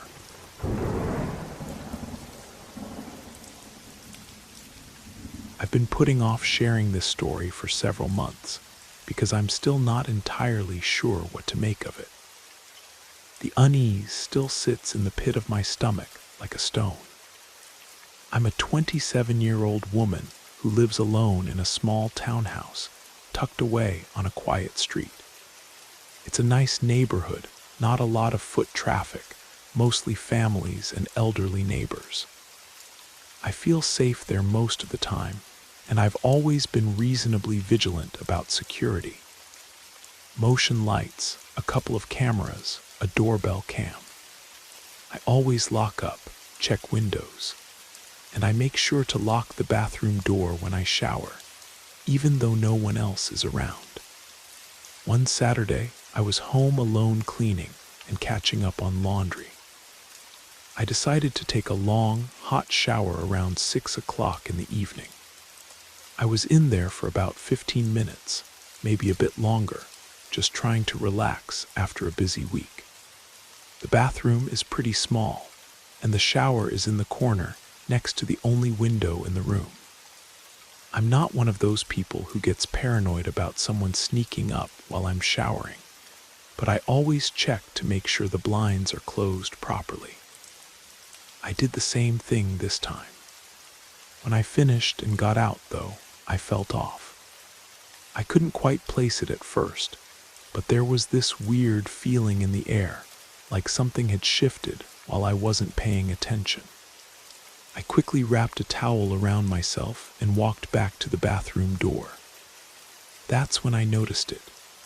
The door, which I always kept locked when I was showering, was slightly ajar. I froze completely. I was pretty sure I'd locked it, but now I wasn't certain. I stepped out into the hallway, glancing around my apartment nervously. The place was silent. Nothing seemed obviously out of place, but I still felt the hair on the back of my neck standing up. I was about to go check the door lock again when I noticed something in my hallway that made my blood turn to ice. A small, muddy footprint on the carpet, right in front of my bathroom door. It was still fresh, still damp. I immediately panicked. My first thought was to check all the windows and doors, but nothing looked disturbed. That didn't make me feel any better, though. Someone had definitely been inside my apartment while I was showering. I called a friend, and she talked me through checking everything systematically. But I still couldn't shake the feeling that someone had been there, watching, waiting. I decided to check my security camera footage, just to reassure myself that no one had entered through the front door or back gate. What I saw made my stomach drop completely. The camera facing the front door had recorded footage of me walking toward the bathroom, just like normal. But then, after a few minutes, I saw a figure enter the frame. It was a man, tall, wearing all black clothing. He walked up to my front porch, paused for a moment like he was listening, and then turned around to go around the side of the house. The camera didn't record him actually coming through the door, but it did catch a glimpse of his figure right after I'd gone into the bathroom. I don't know how he got in, but somehow he'd managed to enter my apartment while I was showering, completely vulnerable and unaware. I called the police immediately. They came and did a thorough sweep of the house. They didn't find anyone hiding, but they confirmed that the lock on my back door had been tampered with. The door frame was slightly scratched, like someone had tried to force it open, and there were handprints on the window that I hadn't noticed before. Here's the scariest part. I showed the officer footage from the previous few days, and to my absolute horror, we discovered that the man in black had been entering my apartment at 6 o'clock in the evening for several days in a row. This followed the exact pattern of when I usually took my shower after returning from work. The officer asked if I had a regular routine, and I felt my ears ringing as I told him that yes. I usually showered at 6 o'clock every day after work. He told me it seemed like the intruder had been watching me from outside, learning my patterns, waiting for the right moment when I was most vulnerable, and then quietly slipping inside when I was distracted by the running water. The police believed he'd been stalking me for weeks, maybe longer, studying my habits and waiting for the perfect opportunity. Ever since then, I've been much more vigilant, and I even moved out temporarily to stay with a friend.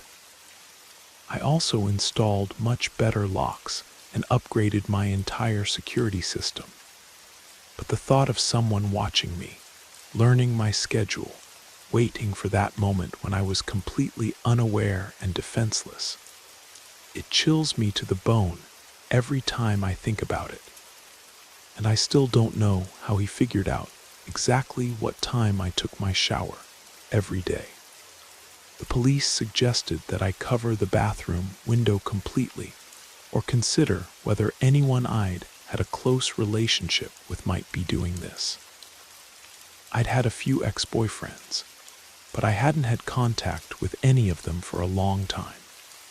Honestly, this whole experience keeps me awake at night, and I've decided to move to a different apartment as soon as I can get out of my current lease.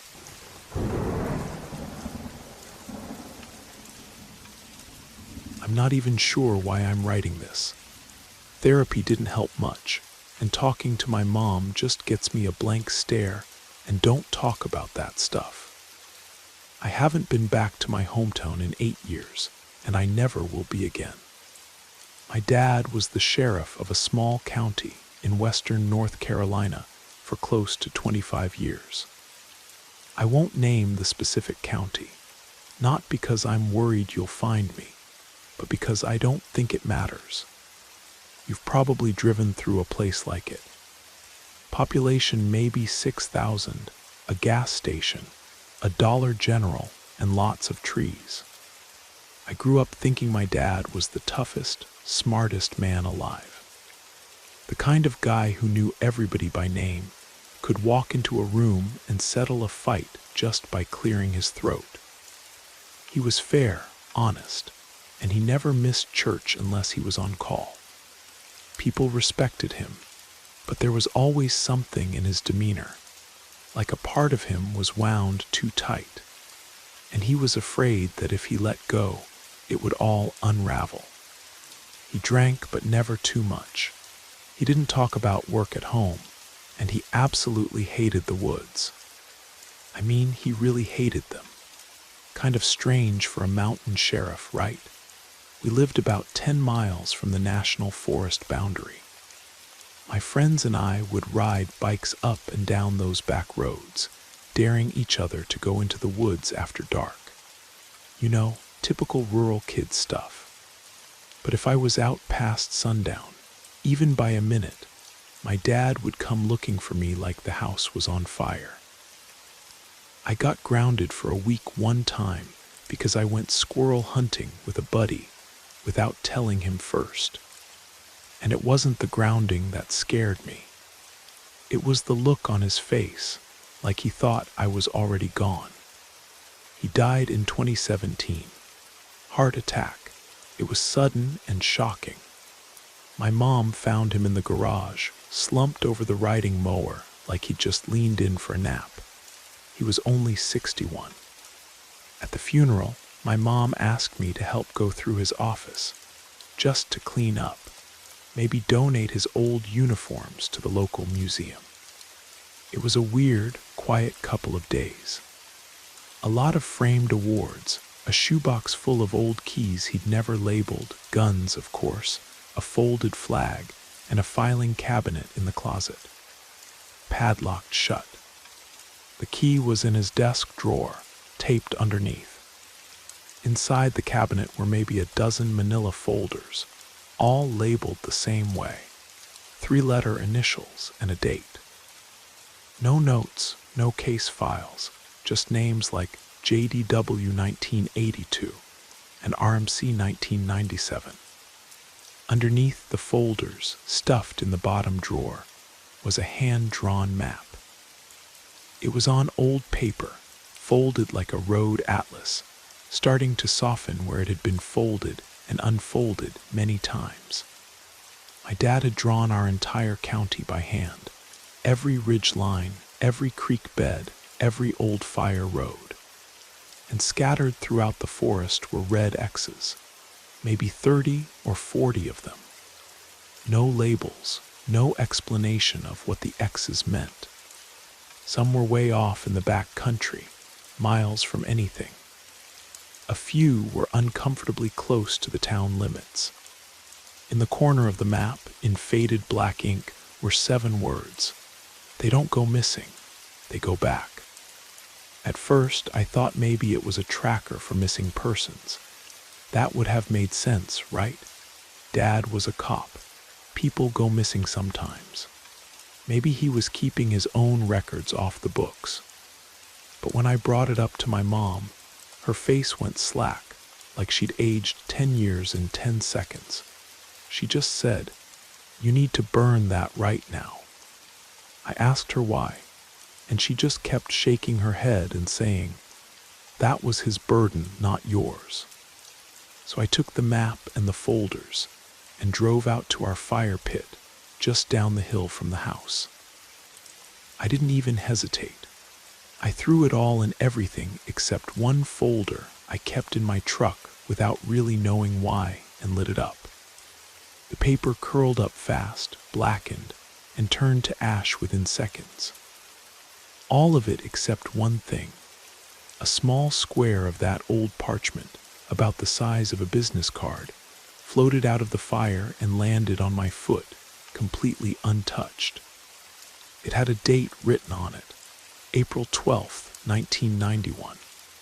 And below that, in my dad's blocky handwriting, AWR, my initials. I didn't sleep that night, not even a little. I kept telling myself it was a coincidence. Maybe Dad had meant someone else, a distant cousin, a stranger with the same initials. But that little square of paper didn't feel like a coincidence. It felt intentional, like a warning I didn't understand yet. The folder I'd kept, stuck in the backseat of my truck, was labeled LSD 2004. That name didn't ring a bell, but I figured I owed it to myself to at least look through it. There wasn't much in it. A newspaper clipping about a 12-year-old girl named Lee Taylor who vanished while camping with her family near the forest boundary. A photocopy of a missing person flyer. A handwritten note in my dad's handwriting. Father swears he saw her standing in the woods a week later, smiling, wouldn't come when called. And one photograph. It was a Polaroid, faded, maybe taken at dusk.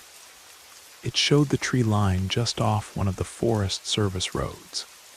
And between two trees, barely visible if you weren't looking for it, was a small, pale face just peeking out. I can't say for sure if it was Lee. Hell, I can't say it was even human. But something about that face made me want to put the folder back in the fire and never speak of it again.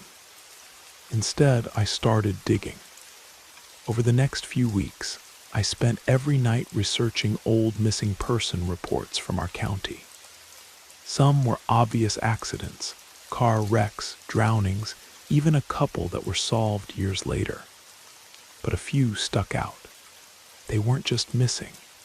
They vanished under strange circumstances. A hunter who went out with friends and was last seen walking into the woods to relieve himself never came back. No trace found.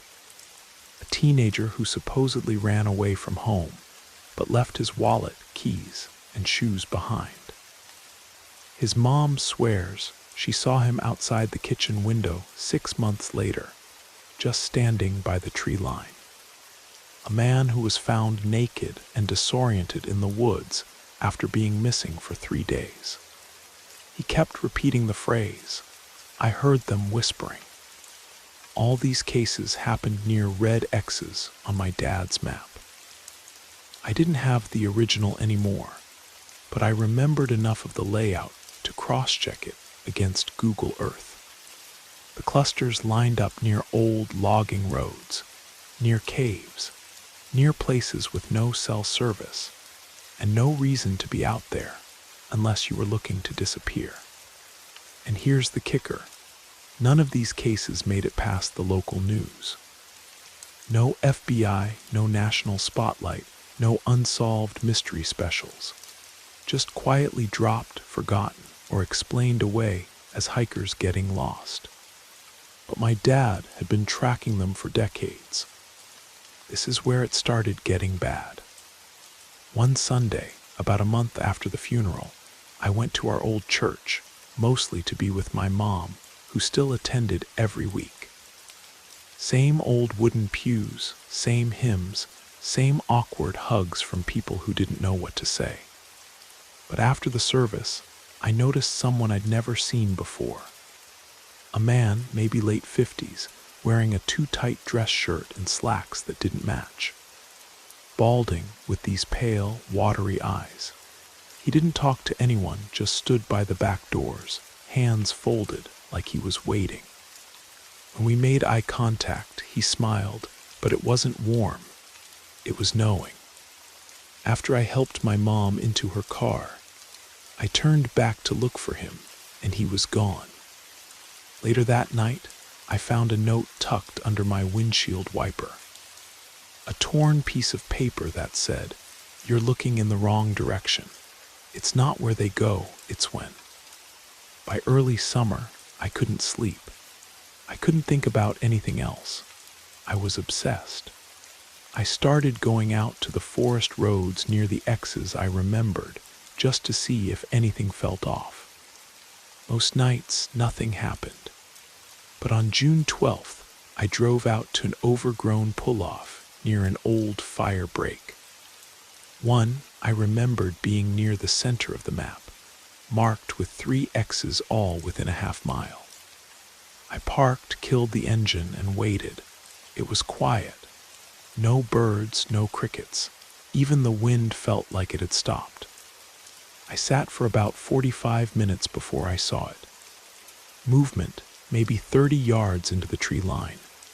Not fast, just slow and deliberate. I turned on my flashlight and walked a few paces in. There was a figure, back turned, maybe 100 feet away. Too small to be an adult, wearing what looked like a white dress or nightgown. I called out, "Hello, are you okay?" The figure didn't move. I called again. Nothing. Then I took one step forward and it turned to face me. It wasn't a child. I don't know how to explain what I saw. It looked like a child at first, same height, same frame, but its face was too long. Its eyes were too far apart, and the way it stood, like it didn't understand how to use its body. It smiled, and then it ran. Not away, but sideways, impossibly fast, deeper into the woods without making a single sound. I ran back to my truck, locked the doors, and peeled out of there so fast I nearly tore off my bumper. After that night, I stopped sleeping altogether. Even during the day, I couldn't shake the feeling that I was being watched. Not by a person, more like the place itself was watching me. The woods weren't just quiet anymore. They were waiting. I tried telling myself it was a trick of the light, that my mind had finally snapped from stress. But deep down, I knew better. That thing I saw, it wasn't human. Or it was once, maybe. That's when I remembered the words from the map. They don't go missing, they go back. I kept turning that phrase over and over in my head. Go back to what? Back in time. Back to something older. Back to where they came from. And then I remembered the note left on my windshield. It's not where they go, it's when. I started wondering, what if the people who disappeared weren't dead?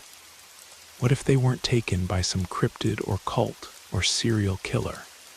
What if they went somewhere else? What if the forest wasn't a place, it was a door? A door that only opens under the right conditions. A door that wants you to come through.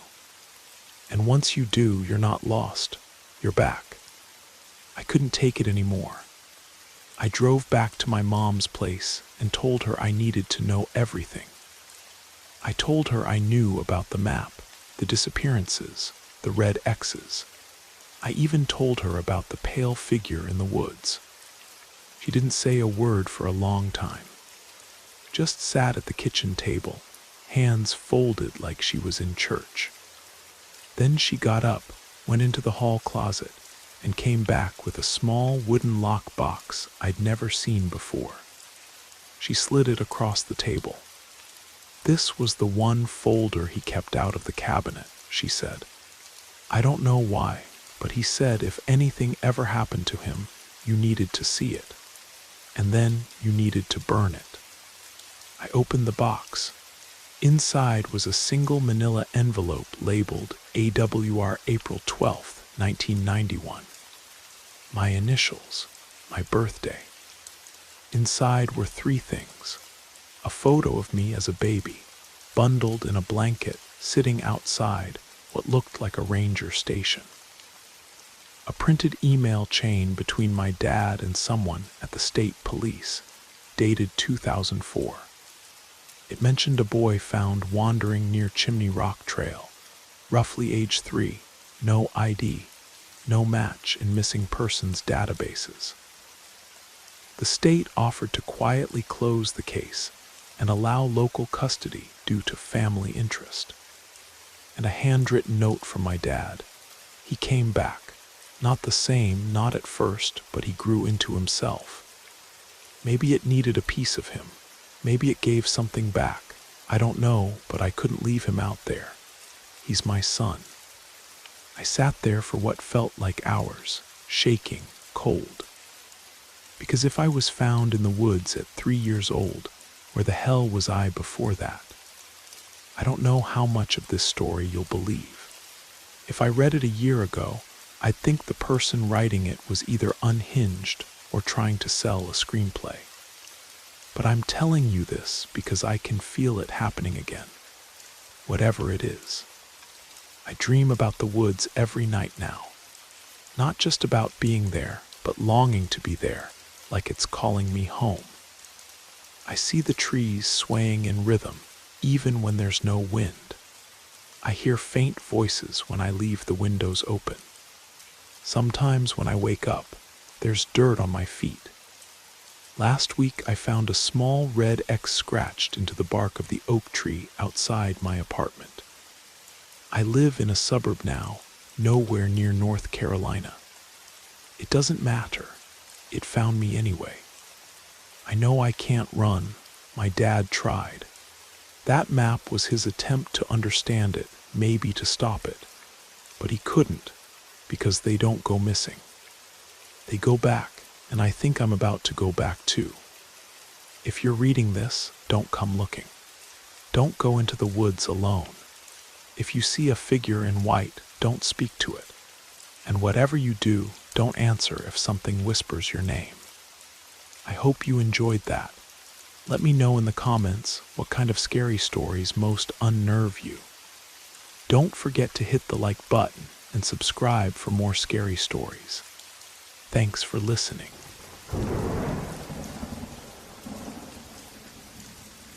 The rain started on a Tuesday, or maybe it was Wednesday. Honestly, I'd already lost track of the days by then. And now, when I try to piece everything together in order, it's even harder. I only remember it was early summer, but we never got the warmth we were waiting for. Instead of heat, this cursed thing came. At first, it just drizzled, but you know how it is when it's dreary and gray. Under that kind of rain, all you want to do is sleep. Then it really started pouring so hard it seemed like someone up there had turned on all the faucets and forgotten to shut them off. And this was no ordinary rain. I drive taxi in our little town of Pine Ridge. You've probably heard about places like this, closed military towns with their own checkpoints, their own rules, their own life, cut off from the rest of the world. My car's an old Ford Crown Victoria, yellow as a canary, but she still runs and feeds me. The work isn't demanding. The town's small, you know almost everyone by sight. Well, I knew them before this rain. So this rain was different. The drops were large and heavy, like they weren't water at all but molten glass. When they hit the windshield, the sound was dull and almost metallic. And each drop, damn it, was like a little mirror. You drive and the whole world would swim and double in front of your eyes in those reflections. The wipers would flail like crazy, but they barely helped, just smearing this mirror-like film around. My head would start spinning after just an hour of driving like that. At first, nobody paid much attention. Rain is rain, even if it's heavy and long-lasting. Our military folks, they're used to hardships. Their wives, too. We're all pretty tough people here. But when it kept pouring for 3 days straight without a break, people started getting restless. The streets emptied out. Only people like me kept moving around on calls. The dampness crept into my Crown Vic, seemingly forever. The interior smelled like wet dog, though I never had a dog, and moldy fabric. The first time I really got spooked was when I was driving Major Rodriguez. He's new to Pine Ridge, transferred from some base back east. A perpetually grim, silent type. I picked him up from the main gate and drove him to the officers' quarters. He paid, grunted something like thanks, and ducked under the awning. Everything seemed normal. I turned around and got the next call on my radio. Had to take some old lady to the clinic. So I'm driving down Main Street. We've got one traffic light for this whole area, and it blinks yellow more than it actually works. I'm waiting for some mom with a stroller to cross the road. The rain's hammering so hard you can't see anything beyond a few feet. That's when I notice a figure at the bus stop, under that pathetic awning that wouldn't save anyone from a drizzle, let alone this downpour. I look closer and it's Rodriguez. Same coat, cap pulled down over his eyes. He's standing there, not moving a muscle, staring straight ahead at the stream of water. My heart skipped a beat. How could this be? I dropped him off at the officers' quarters maybe 20 minutes ago, 30 at most. That's on the other side of our little area. He couldn't have walked there that fast, especially in this downpour.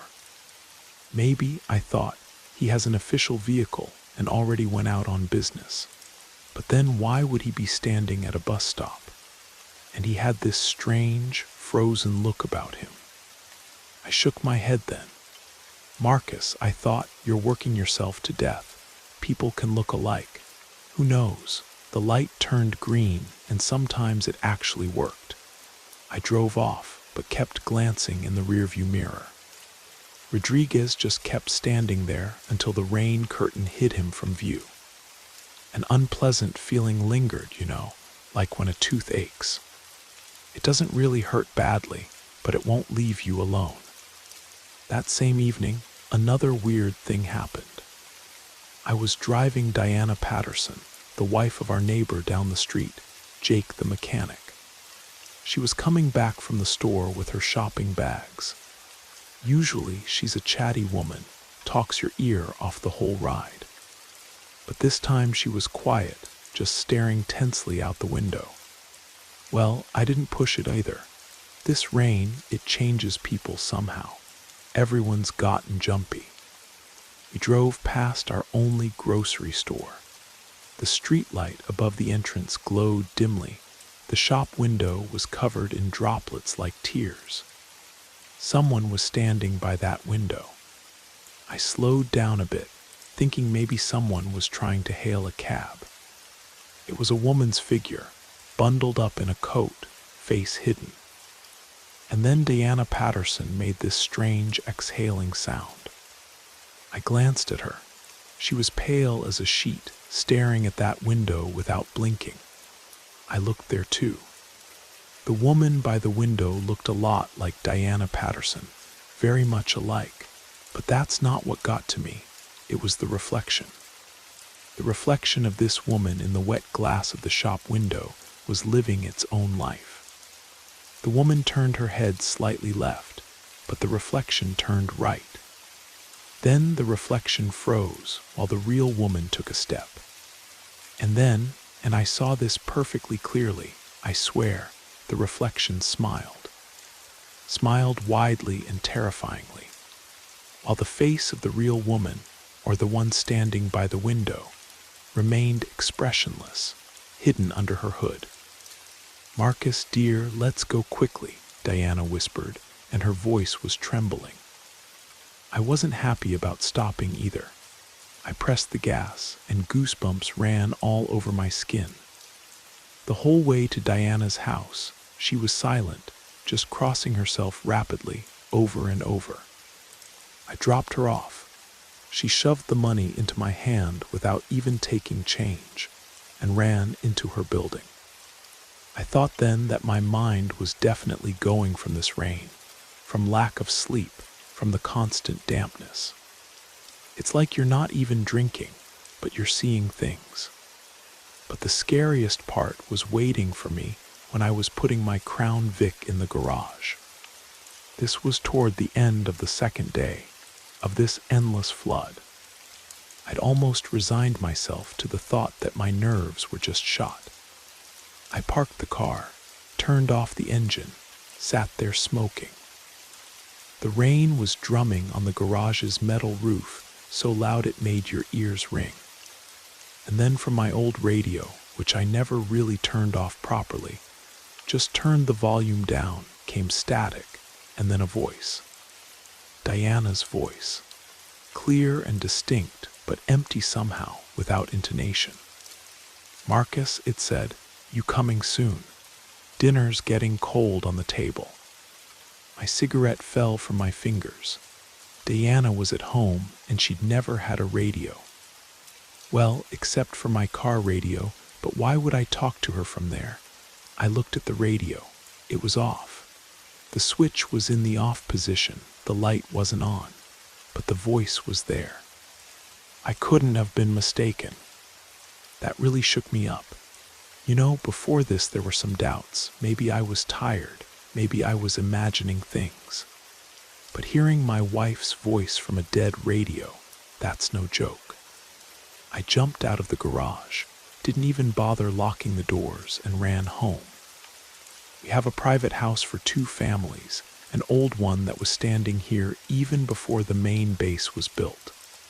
Our entrance is separate. I'm running, thinking about what this was, what kind of devilry is going on. I burst into the house.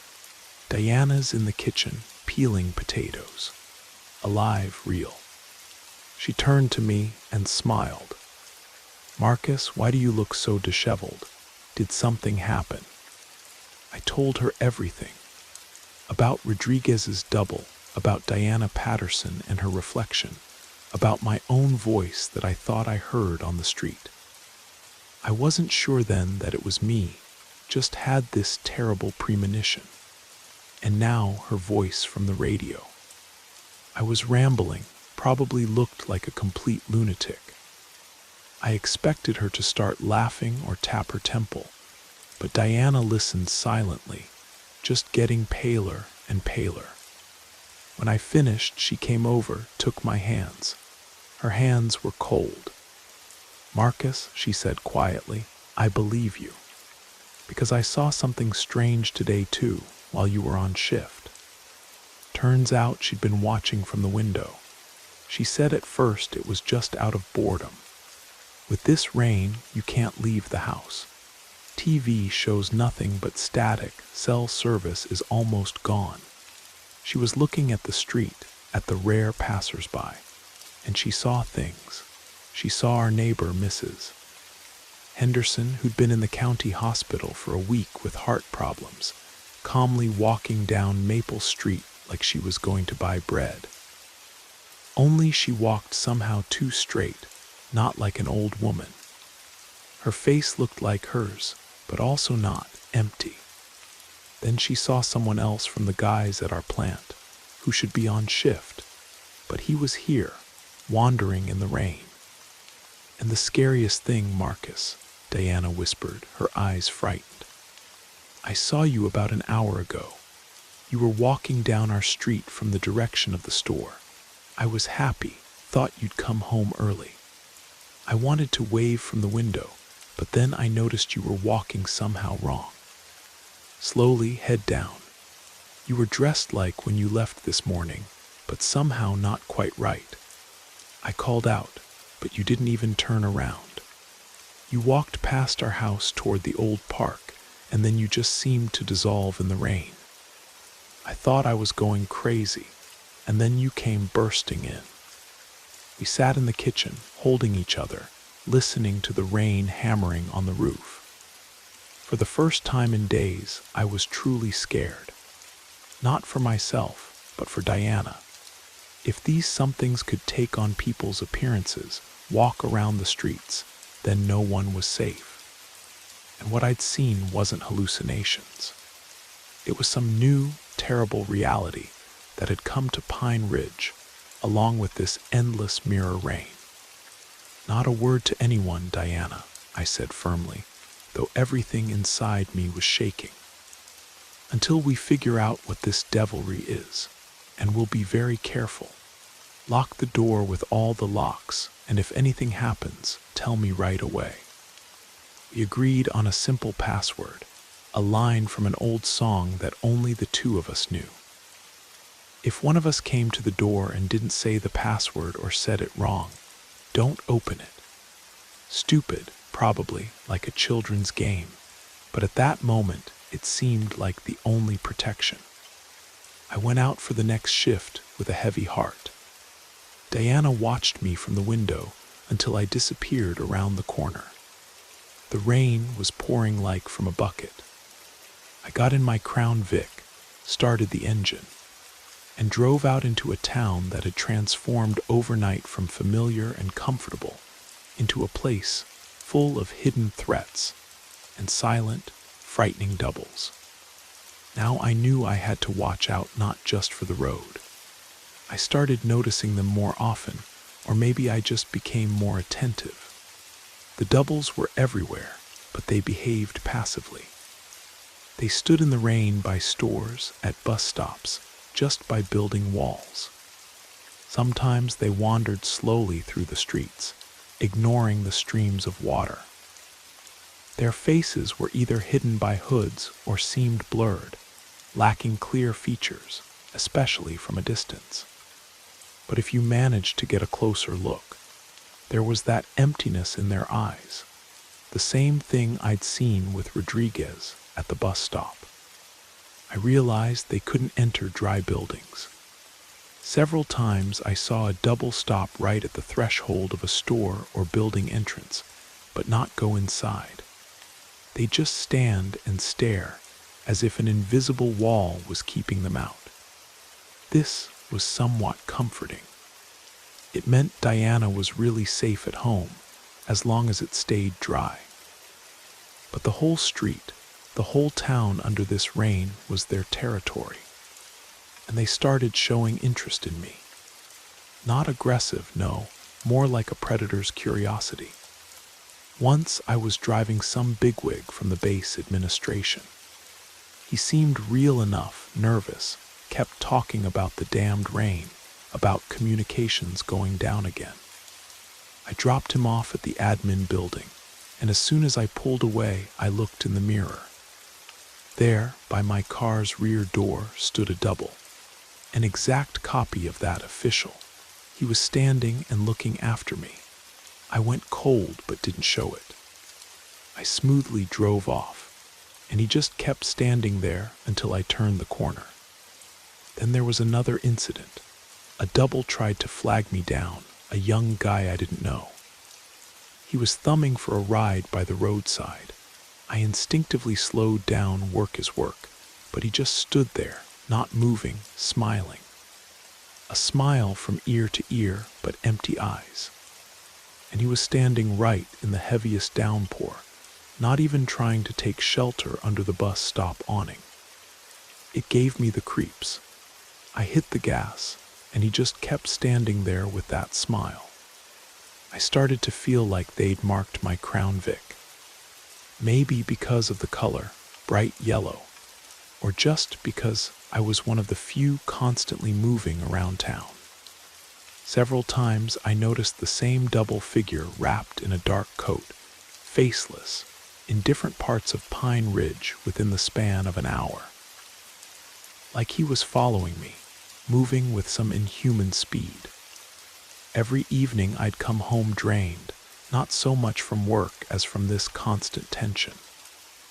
Diana would meet me, and we'd sit in the kitchen for hours, whispering about what I'd seen, what she'd noticed from the window. And she was noticing things too. A double of our neighbor, Grandma Rose, who hadn't left her house for a week because of bad legs. But her copy stood all day under the windows across the street, fixing an unseeing gaze on our house. Or a group of 3 or 4 doubles walking through our streets in formation, absolutely synchronized, like soldiers on parade. That was especially creepy. We almost stopped sleeping. Every rustle outside the window, every slightly louder drumbeat of rain on the roof made us flinch. Food from the store that I brought seemed tasteless. We lived like we were under siege. Then something happened that made us realize just hiding in the house wasn't the answer. It was evening. The rain had really picked up, lashing against the windows so hard it seemed they'd shatter any moment. Diana and I were sitting in the kitchen, drinking tea, trying to talk about something neutral. But the conversation wouldn't stick. Suddenly Diana cried out and pointed at the window. "Marcus, look, that's you." I jumped to the window. Right by our porch, under the awning but still in the slanting rain, stood me. My copy, in that same old jacket I usually wore when working in the garage. The double wasn't moving, just standing and staring at our door. Then he slowly raised his hand and ran it along the door, leaving a wet, dark trail. The hair on my head stood up. It's one thing to see yourself somewhere on the street from a distance. It's another when your copy is standing at your doorstep. "He won't come in," I croaked, trying to calm both Diana and myself. "He can't, it's dry in here." The double stood there a little longer, then slowly turned around and dissolved into the rain as if he'd never been there. Diana was crying. I held her, my own hands shaking. This wasn't just observation anymore. This was a direct threat. They knew where we lived. They knew we were real. And that same night, we saw them take old Pete, our neighbor 2 houses down. We weren't sleeping, sitting by the window like 2 frightened animals. Pete apparently wasn't sleeping either. He'd always been a bit jumpy, and now he was probably completely on edge. He must have decided to run to the shed, maybe for firewood or something else. He popped out of the house, bundled up in an old coat. And then, as if materializing from thin air, 3 doubles appeared. They moved quickly, silently. Pete only cried out once, short and desperate. They grabbed him, and he didn't even have time to really resist. He just went limp in their arms. They dragged him along the ground, away from the house, into the darkness, into the rain. We saw this from our window and couldn't do anything. Just watch as our neighbor was dragged away by these creatures. When everything went quiet, Diana looked at me with wide eyes full of horror. "Marcus," she whispered, "they're taking people, really taking them." "That's it, Diana, enough," I said, and my voice was firmer than ever. Inside, everything had clenched with cold, but I knew there was no other choice. "We can't stay here. Tomorrow morning, we're leaving this town." We didn't know where to go, how to get out of a closed military town where every exit was probably controlled by these creatures. But we couldn't sit and wait for them to come for us. Our house, our little fortress, had stopped being safe. It had become a trap, and we began preparing to escape. The night after we saw what happened to old Pete was the longest of my life. Diana barely cried, just sat on the edge of the bed, arms wrapped around herself, staring at the dark, weeping window. I lay next to her, pretending to sleep, listening to every rustle behind the wall, every sob of the rain. Sleep wouldn't come. The same scene kept playing in my head, silent figures dragging our neighbor's body across the ground. And the question, who's next? Us. "They're taking people," echoed in my brain like Diana's words. Why? Where? And what happens to those they drag into the downpour? I pushed these questions away because there were no answers, and the ones that suggested themselves were too terrible. Closer to morning, when it started to get slightly gray outside the window, though we hadn't seen the sun for days, I sat up on the bed. "Deanna," I called softly. She flinched and turned around. Her eyes were red, but her gaze was firm. "Time," I said. She nodded silently. "We didn't pack for long. What can you take with you when you're fleeing your own home into the unknown, escaping from something that has no name?" I pulled on old work jeans, a warm sweater, and over it, a worn canvas jacket with a hood that I'd once bought for fishing. Diana dressed similarly, in hiking clothes. Into my old army backpack went the remains of canned goods.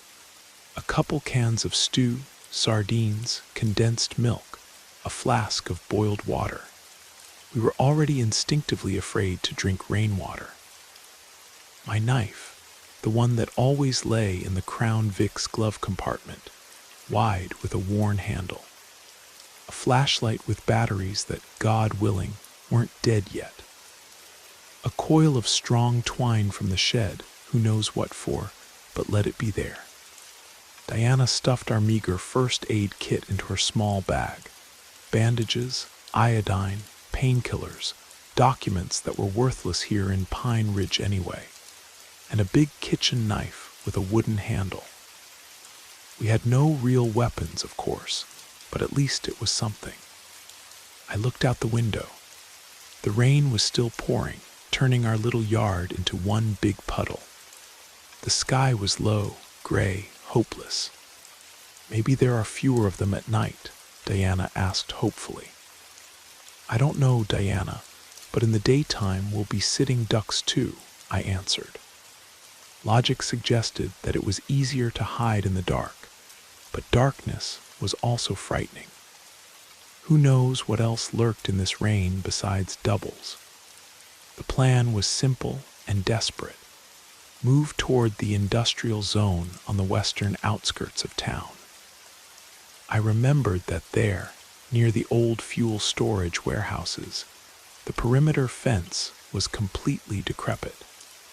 There was even supposed to be a hole there that kids used to crawl through into the forest for mushrooms, back before Pine Ridge became completely closed. It was a detour almost across the entire town. But most importantly, the main gate that I drove through every day was probably guarded by these creatures, especially carefully now. I decided not to take the car. My yellow Crown Vic was too conspicuous, and besides, where would we go? There were maybe 10 gallons of gas left, and the roads out of Pine Ridge were probably impassable or under control. We'd go on foot, quieter that way. Just before leaving, Diana suddenly stopped in the middle of the room and took a long look around. Tears welled up in her eyes. Our little house, our fortress. How many years had we lived here? 15 years. Every crack in the wall, every worn spot on the old sofa, everything was dear to us. And now we had to abandon it all. Don't cry, Diana, I said, though I had a lump in my throat too.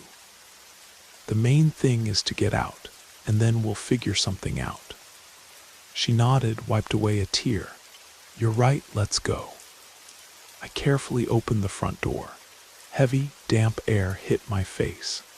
The sound of rain seemed even louder, deafening. The street was empty. Dark windows of neighboring houses stared blindly and indifferently. I stepped onto the porch, then onto the soggy earth of the yard. Diana followed me. I locked the door out of stupid habit. Who needs this lock now? I stuck the key in my pocket. There was no going back. We walked, trying to stay in the shadows of houses, running from one shelter to another. Yards, narrow passages between sheds, weed-grown vacant lots. I led by instinct, choosing the darkest and most deserted routes that I knew from the times when I drove taxi at night. Diana hurried behind me, constantly looking around fearfully, her hand tightly gripping the bag with the knife. The doubles were there, frozen silhouettes under the rare flickering streetlights. Sometimes they stood completely motionless, faces turned to the rain as if absorbing it. Sometimes they slowly wandered the streets, not watching where they were going, dragging their feet through puddles. Some kind of inner cold emanated from them. We tried to go around them as far as possible. Once we had to freeze in the dark, stinking entrance of some abandoned 2-story barracks. A group of 3 doubles slowly processed past us down the street. They walked in a row, perfectly synchronized, raising and lowering their legs as if marching on an invisible parade ground. Their heads were all turned slightly to the side at the same angle. I felt Diana clutch my sleeve, her fingers trembling. We stood almost without breathing until these three disappeared into the rain haze. There was something worse than just seeing a lone double about their mechanical, soulless coordination. It was some kind of organized wrongness. The town was dying. You could see it in everything. Broken windows in some houses, abandoned cars, garbage-strewn trash cans. The rain was washing away the last remnants of life from Pine Ridge, exposing rot and desolation. It seemed to me that even the air had become different, heavy, smelling of mud and hopelessness. We'd been walking for more than an hour. Our feet were soaked and frozen. The hood didn't protect against the slanting streams of rain. Water ran down our necks, but we stubbornly moved toward the industrial zone. Every minute spent on these streets was a risk.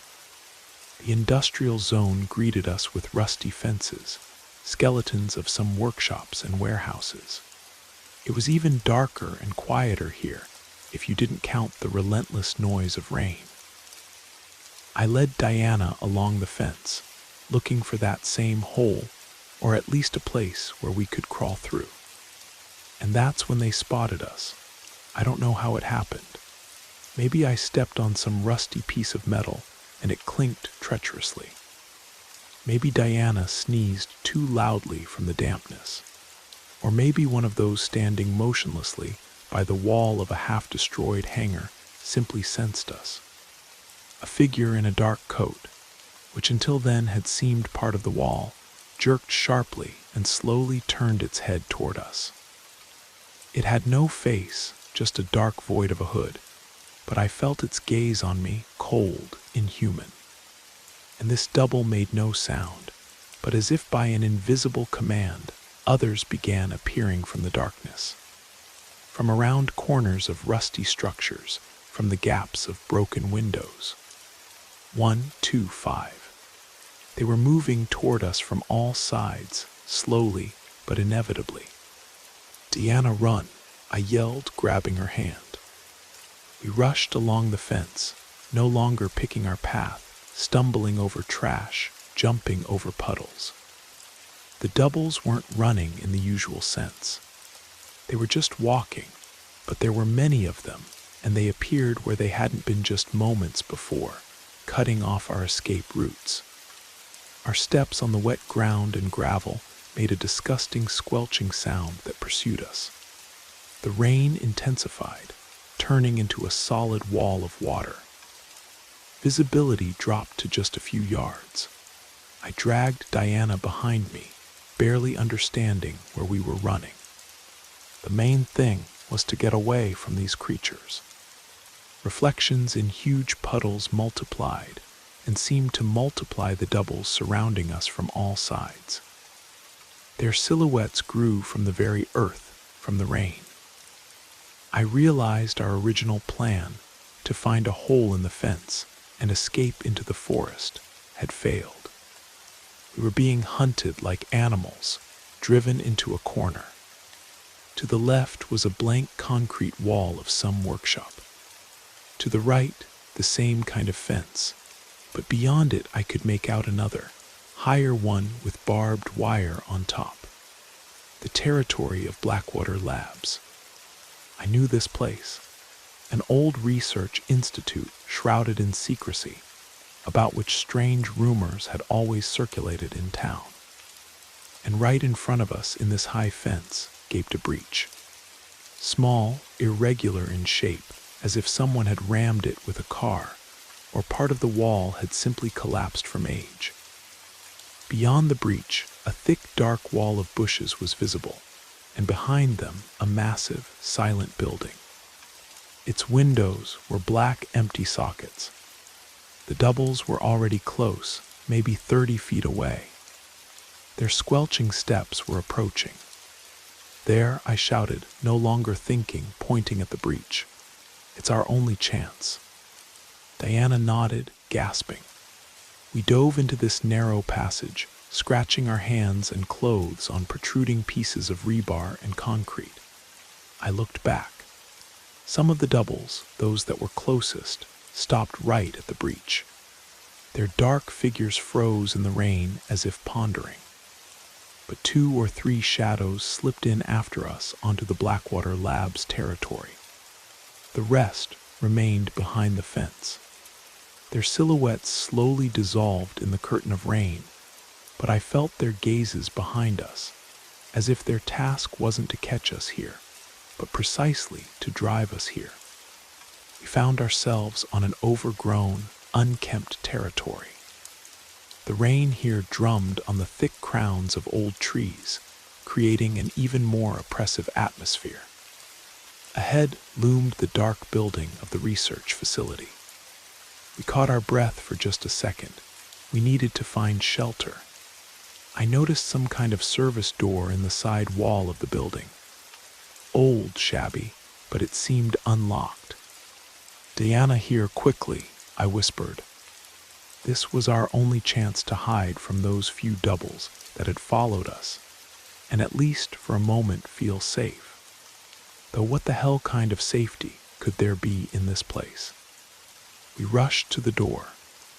The old, heavy metal handle was rusted, but gave way with a quiet creak that in this deathly silence seemed deafening. I pulled it toward me, and we slipped inside, almost tripping over the high threshold. I slammed it shut behind us, leaning my back against the cold, rough iron. Diana stood next to me, breathing heavily. Her shoulders were shaking, and broken sobs escaped her throat.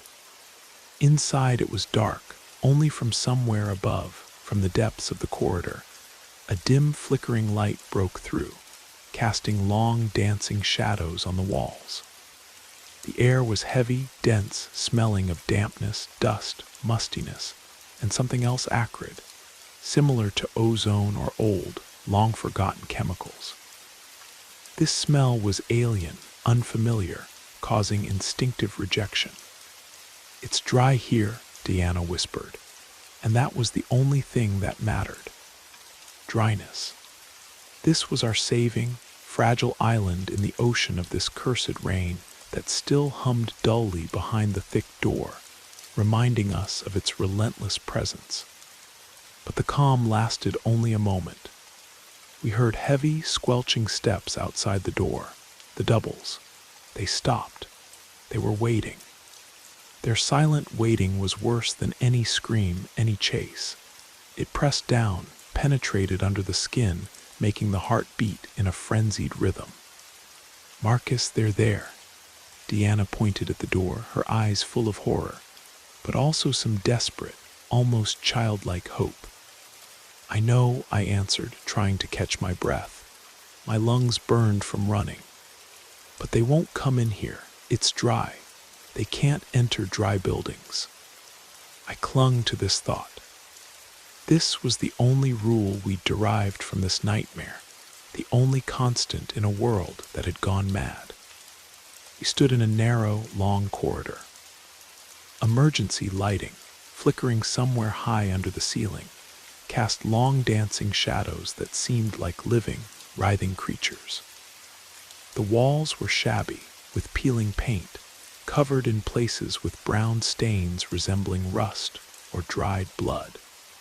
Everywhere there were signs of haste, abandoned equipment, some boxes, overturned chairs, scattered papers. As if people had fled this place in panic, escaping from something invisible but deadly dangerous. We moved forward, trying to step as quietly as possible on the concrete floor, covered with a layer of dust and small debris.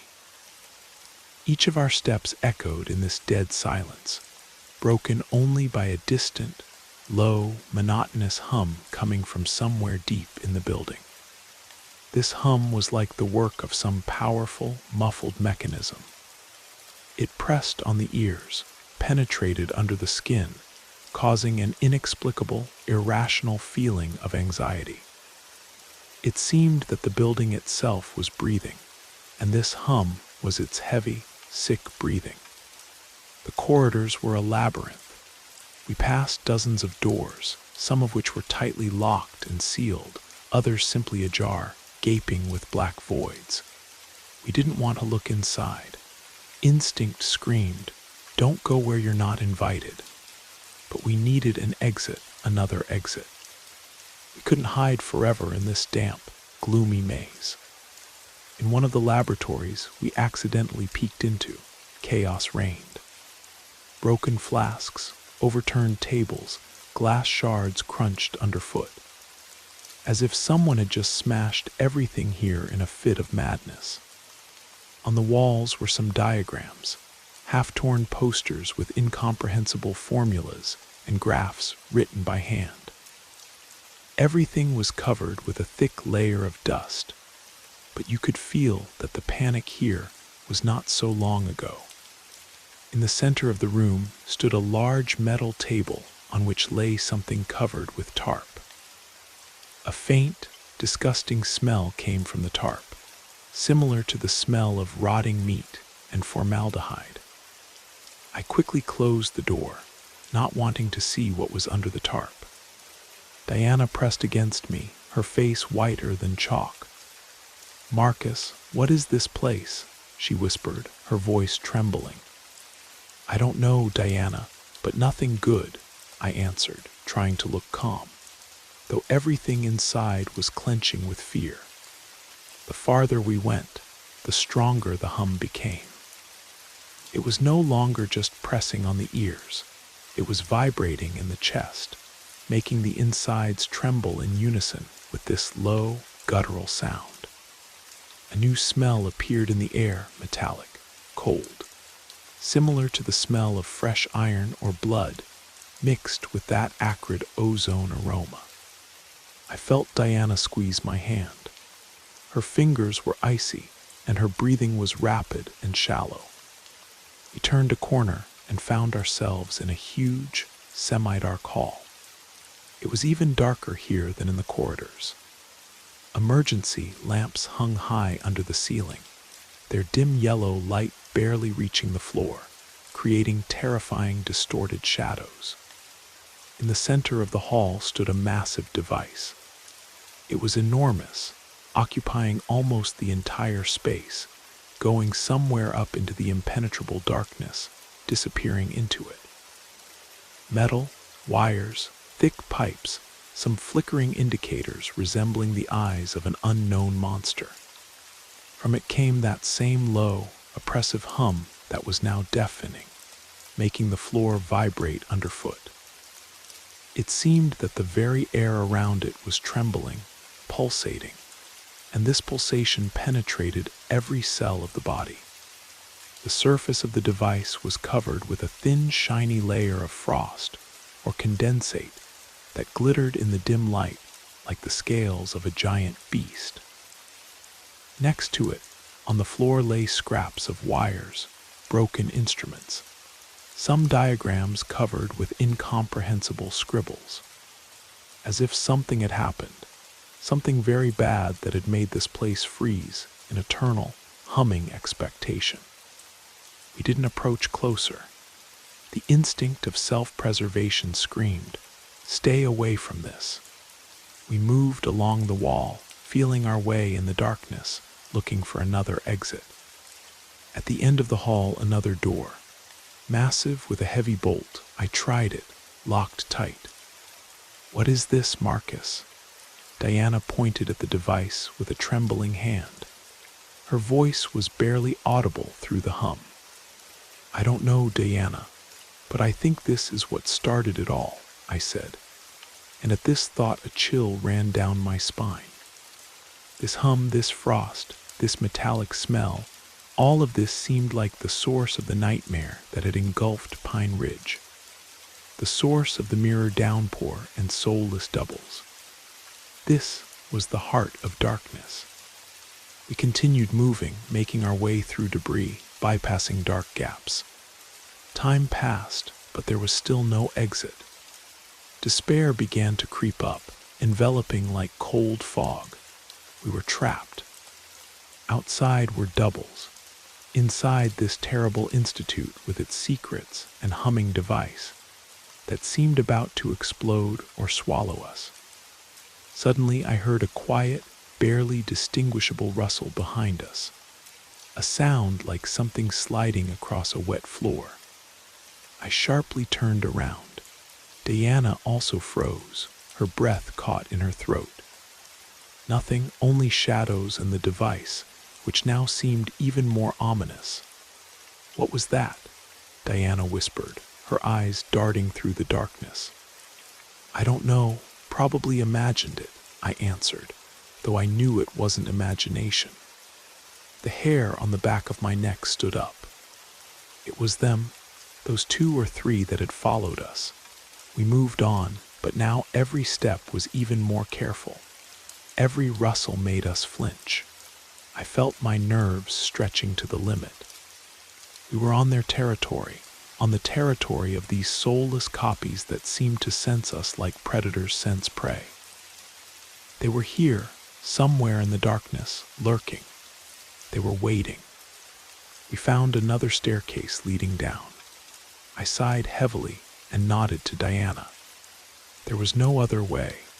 We descended slowly, holding onto cold, wet railings covered with slime. Each step down intensified the feeling of hopelessness. Downstairs it was even worse. Narrow, low corridors smelling of mold that made you nauseous. Streams of water flowed down the walls, not rainwater, but some technical fluid smelling of chlorine and metal. It trickled down the walls, forming small puddles on the floor that reflected the dim light.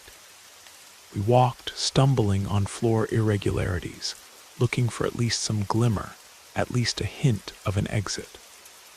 And then we saw them. At the end of the corridor, in the dim, flickering light, stood 2 figures, dark, faceless doubles. They weren't moving, just standing and looking at us, waiting. Their silhouettes seemed blurred, but I felt their presence and cold, inhuman attention. Diana squeezed my hand so hard it hurt, but I didn't pay attention. "Quiet," I whispered, trying to stay calm. We slowly backed away. The doubles didn't move, but I felt their gazes, their silent pressure. They weren't here to catch us. They were here to drive us where they needed us to go. We turned around and ran back, up the stairs. My heart was pounding like crazy, ready to jump out of my chest. Breathing was labored, lungs burned. We ran without looking where we were going, just to get away from these silent pursuers, from this cold, oppressive basement. We burst back into that same huge hall with the humming device. The hum hit our ears with new force, making our heads spin. I looked back. There were no doubles downstairs, but we were trapped. There was no way out, only this humming monster in the center of the hall, and the feeling that the walls were closing in around us. And then out of nowhere, bright light flashed. Blinding white, cold. It hit us right in the eyes, making us squint and recoil. "Freeze, hands behind your head." A sharp, metallic voice rang out. Inhuman. It was amplified by some equipment, sounding muffled, emotionless, like a robot speaking. We froze. From the darkness of the hall, figures appeared. Many figures. They were in tight protective suits resembling those worn by chemists. Heavy boots, gloves, sealed helmets with dark, impenetrable visors. They moved quickly, smoothly, without a single unnecessary movement, like a well-oiled mechanism. In their hands were some devices resembling flashlights, but the light from them was too bright, too cold, snatching every detail from the darkness. We didn't even have time to move, didn't have time to scream, didn't have time to think. They grabbed us. Hard, strong hands in thick gloves twisted me, turning my arms behind my back. Pain shot through my shoulders. Diana cried out. They grabbed her too. We were helpless as flies in a web. One of them, apparently the leader, came closer. His helmet was turned toward us. I couldn't see his face, only a dark, impenetrable visor that reflected the dim light. He said something into his radio. His voice was distorted by interference, but the words were clear, cutting into the brain like sharp ice shards. "Yeah, 2 more whole ones. Look at that, originals. Why haven't they been replaced yet? Well, pack them up." The meaning of these words hit me like a sledgehammer. Originals, replacement, haven't been replaced. My brain refused to understand this, tried to find logic, but there was none. So what was happening wasn't just random nightmare, not a natural anomaly. This was a controlled process, someone's.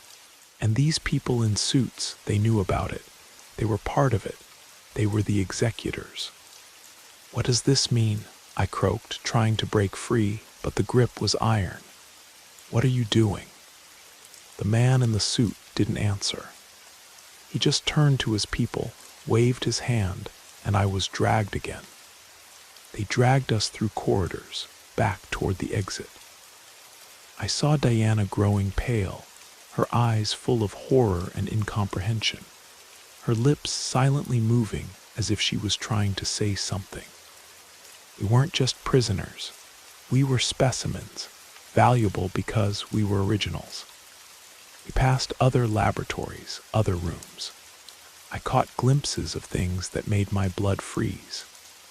In one room, behind a thick glass partition, stood rows of some capsules resembling freezers or incubators. Inside each was a human silhouette. I couldn't make out the details, but this sight made me break out in cold sweat. Were these the ones who had been replaced, or those who were going to be replaced? And why were they in capsules, alive, dead, or something in between? In another room, through an open door, I saw a huge monitor. On it flashed some graphs, numbers, and images. Images of people, familiar faces, neighbors, Major Rodriguez, Diana Patterson, and Old Pete. Next to each image was some kind of mark. Replacement completed, in process, original. My gaze caught on a familiar face for a second, my own. Next to it glowed the inscription, "Original Unreplaced." Finally, we found ourselves in front of the heavy metal door, the same one we had entered through. They opened it. The screech of metal, like a groan, tore the silence. Behind it was a wall of mirror downpour, the backyard of the Institute, and just a few steps away, under the rain, stood 2 figures motionlessly.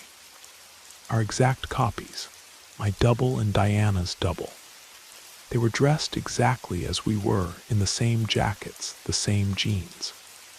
Their faces were blurred in the rain, but I felt their gazes, empty, lifeless, directed straight at us.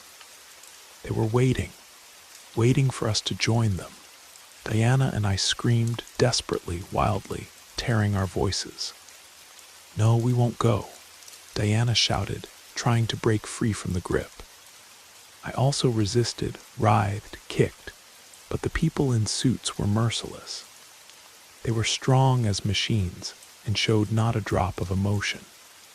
A strong, rough push in the back, first to Diana. She flew out of the Institute doorway straight under the icy streams of rain. Her scream broke off, dissolving in the noise of the downpour. Then me. I tumbled out after her, stumbled, fell to my knees in a huge, cold puddle. The icy water instantly soaked through my clothes, got to my bones, causing convulsions. I raised my head. Diana was already standing. In front of her, a meter away, stood her double. They looked at each other silently. The face of Diana's double was as empty as all the others, but I saw something anticipatory in it. And in front of me stood my copy. His eyes seemed to look straight into my soul, into its very depths. I saw in them not hatred, not malice, but emptiness and anticipation. anticipation of absorption. The door behind us slammed shut with a dull, heavy thud. The last sound I heard from the world of people, from the world that had been mine. I felt the cold of the rain penetrating me, dissolving me, taking away my essence. My double slowly extended his hand. His fingers were the same as mine, but the movements were mechanical, merciless. I couldn't move, couldn't turn away. And then I understood that we hadn't just been replaced. We had been absorbed, dissolved in this mirror downpour that had brought not only copies, but also oblivion. Our individuality, our fears, our love, all of this was disappearing, becoming part of something bigger, something cold and indifferent. The last thing I saw before the world was swallowed by gray haze and silence was the outstretched hand of my copy, which touched mine. And at that moment, I felt something inside me break off. The rain continued to fall on Pine Ridge, washing away the last traces of those who had once called this place home. In the windows of empty houses, new faces appeared, faces that looked familiar, but had no souls behind them. The replacement was complete. And somewhere in the depths of Blackwater Labs, the humming device continued its work, sending signals into the storm clouds above, calling forth more rain, more doubles, more replacements. The process would continue until every original had been found, cataloged, and absorbed. The town lived on, but it was no longer the same town. It was a perfect copy, populated by perfect copies, existing in perfect, silent harmony under the endless mirror rain. Thank you for spending this time with Brad Arrows. We hope the stories whispered through the rain carried you far into your imagination or your dreams. If you're still awake, let us know how you liked the journey. Until next time, stay safe, sleep well, and let the darkness comfort you.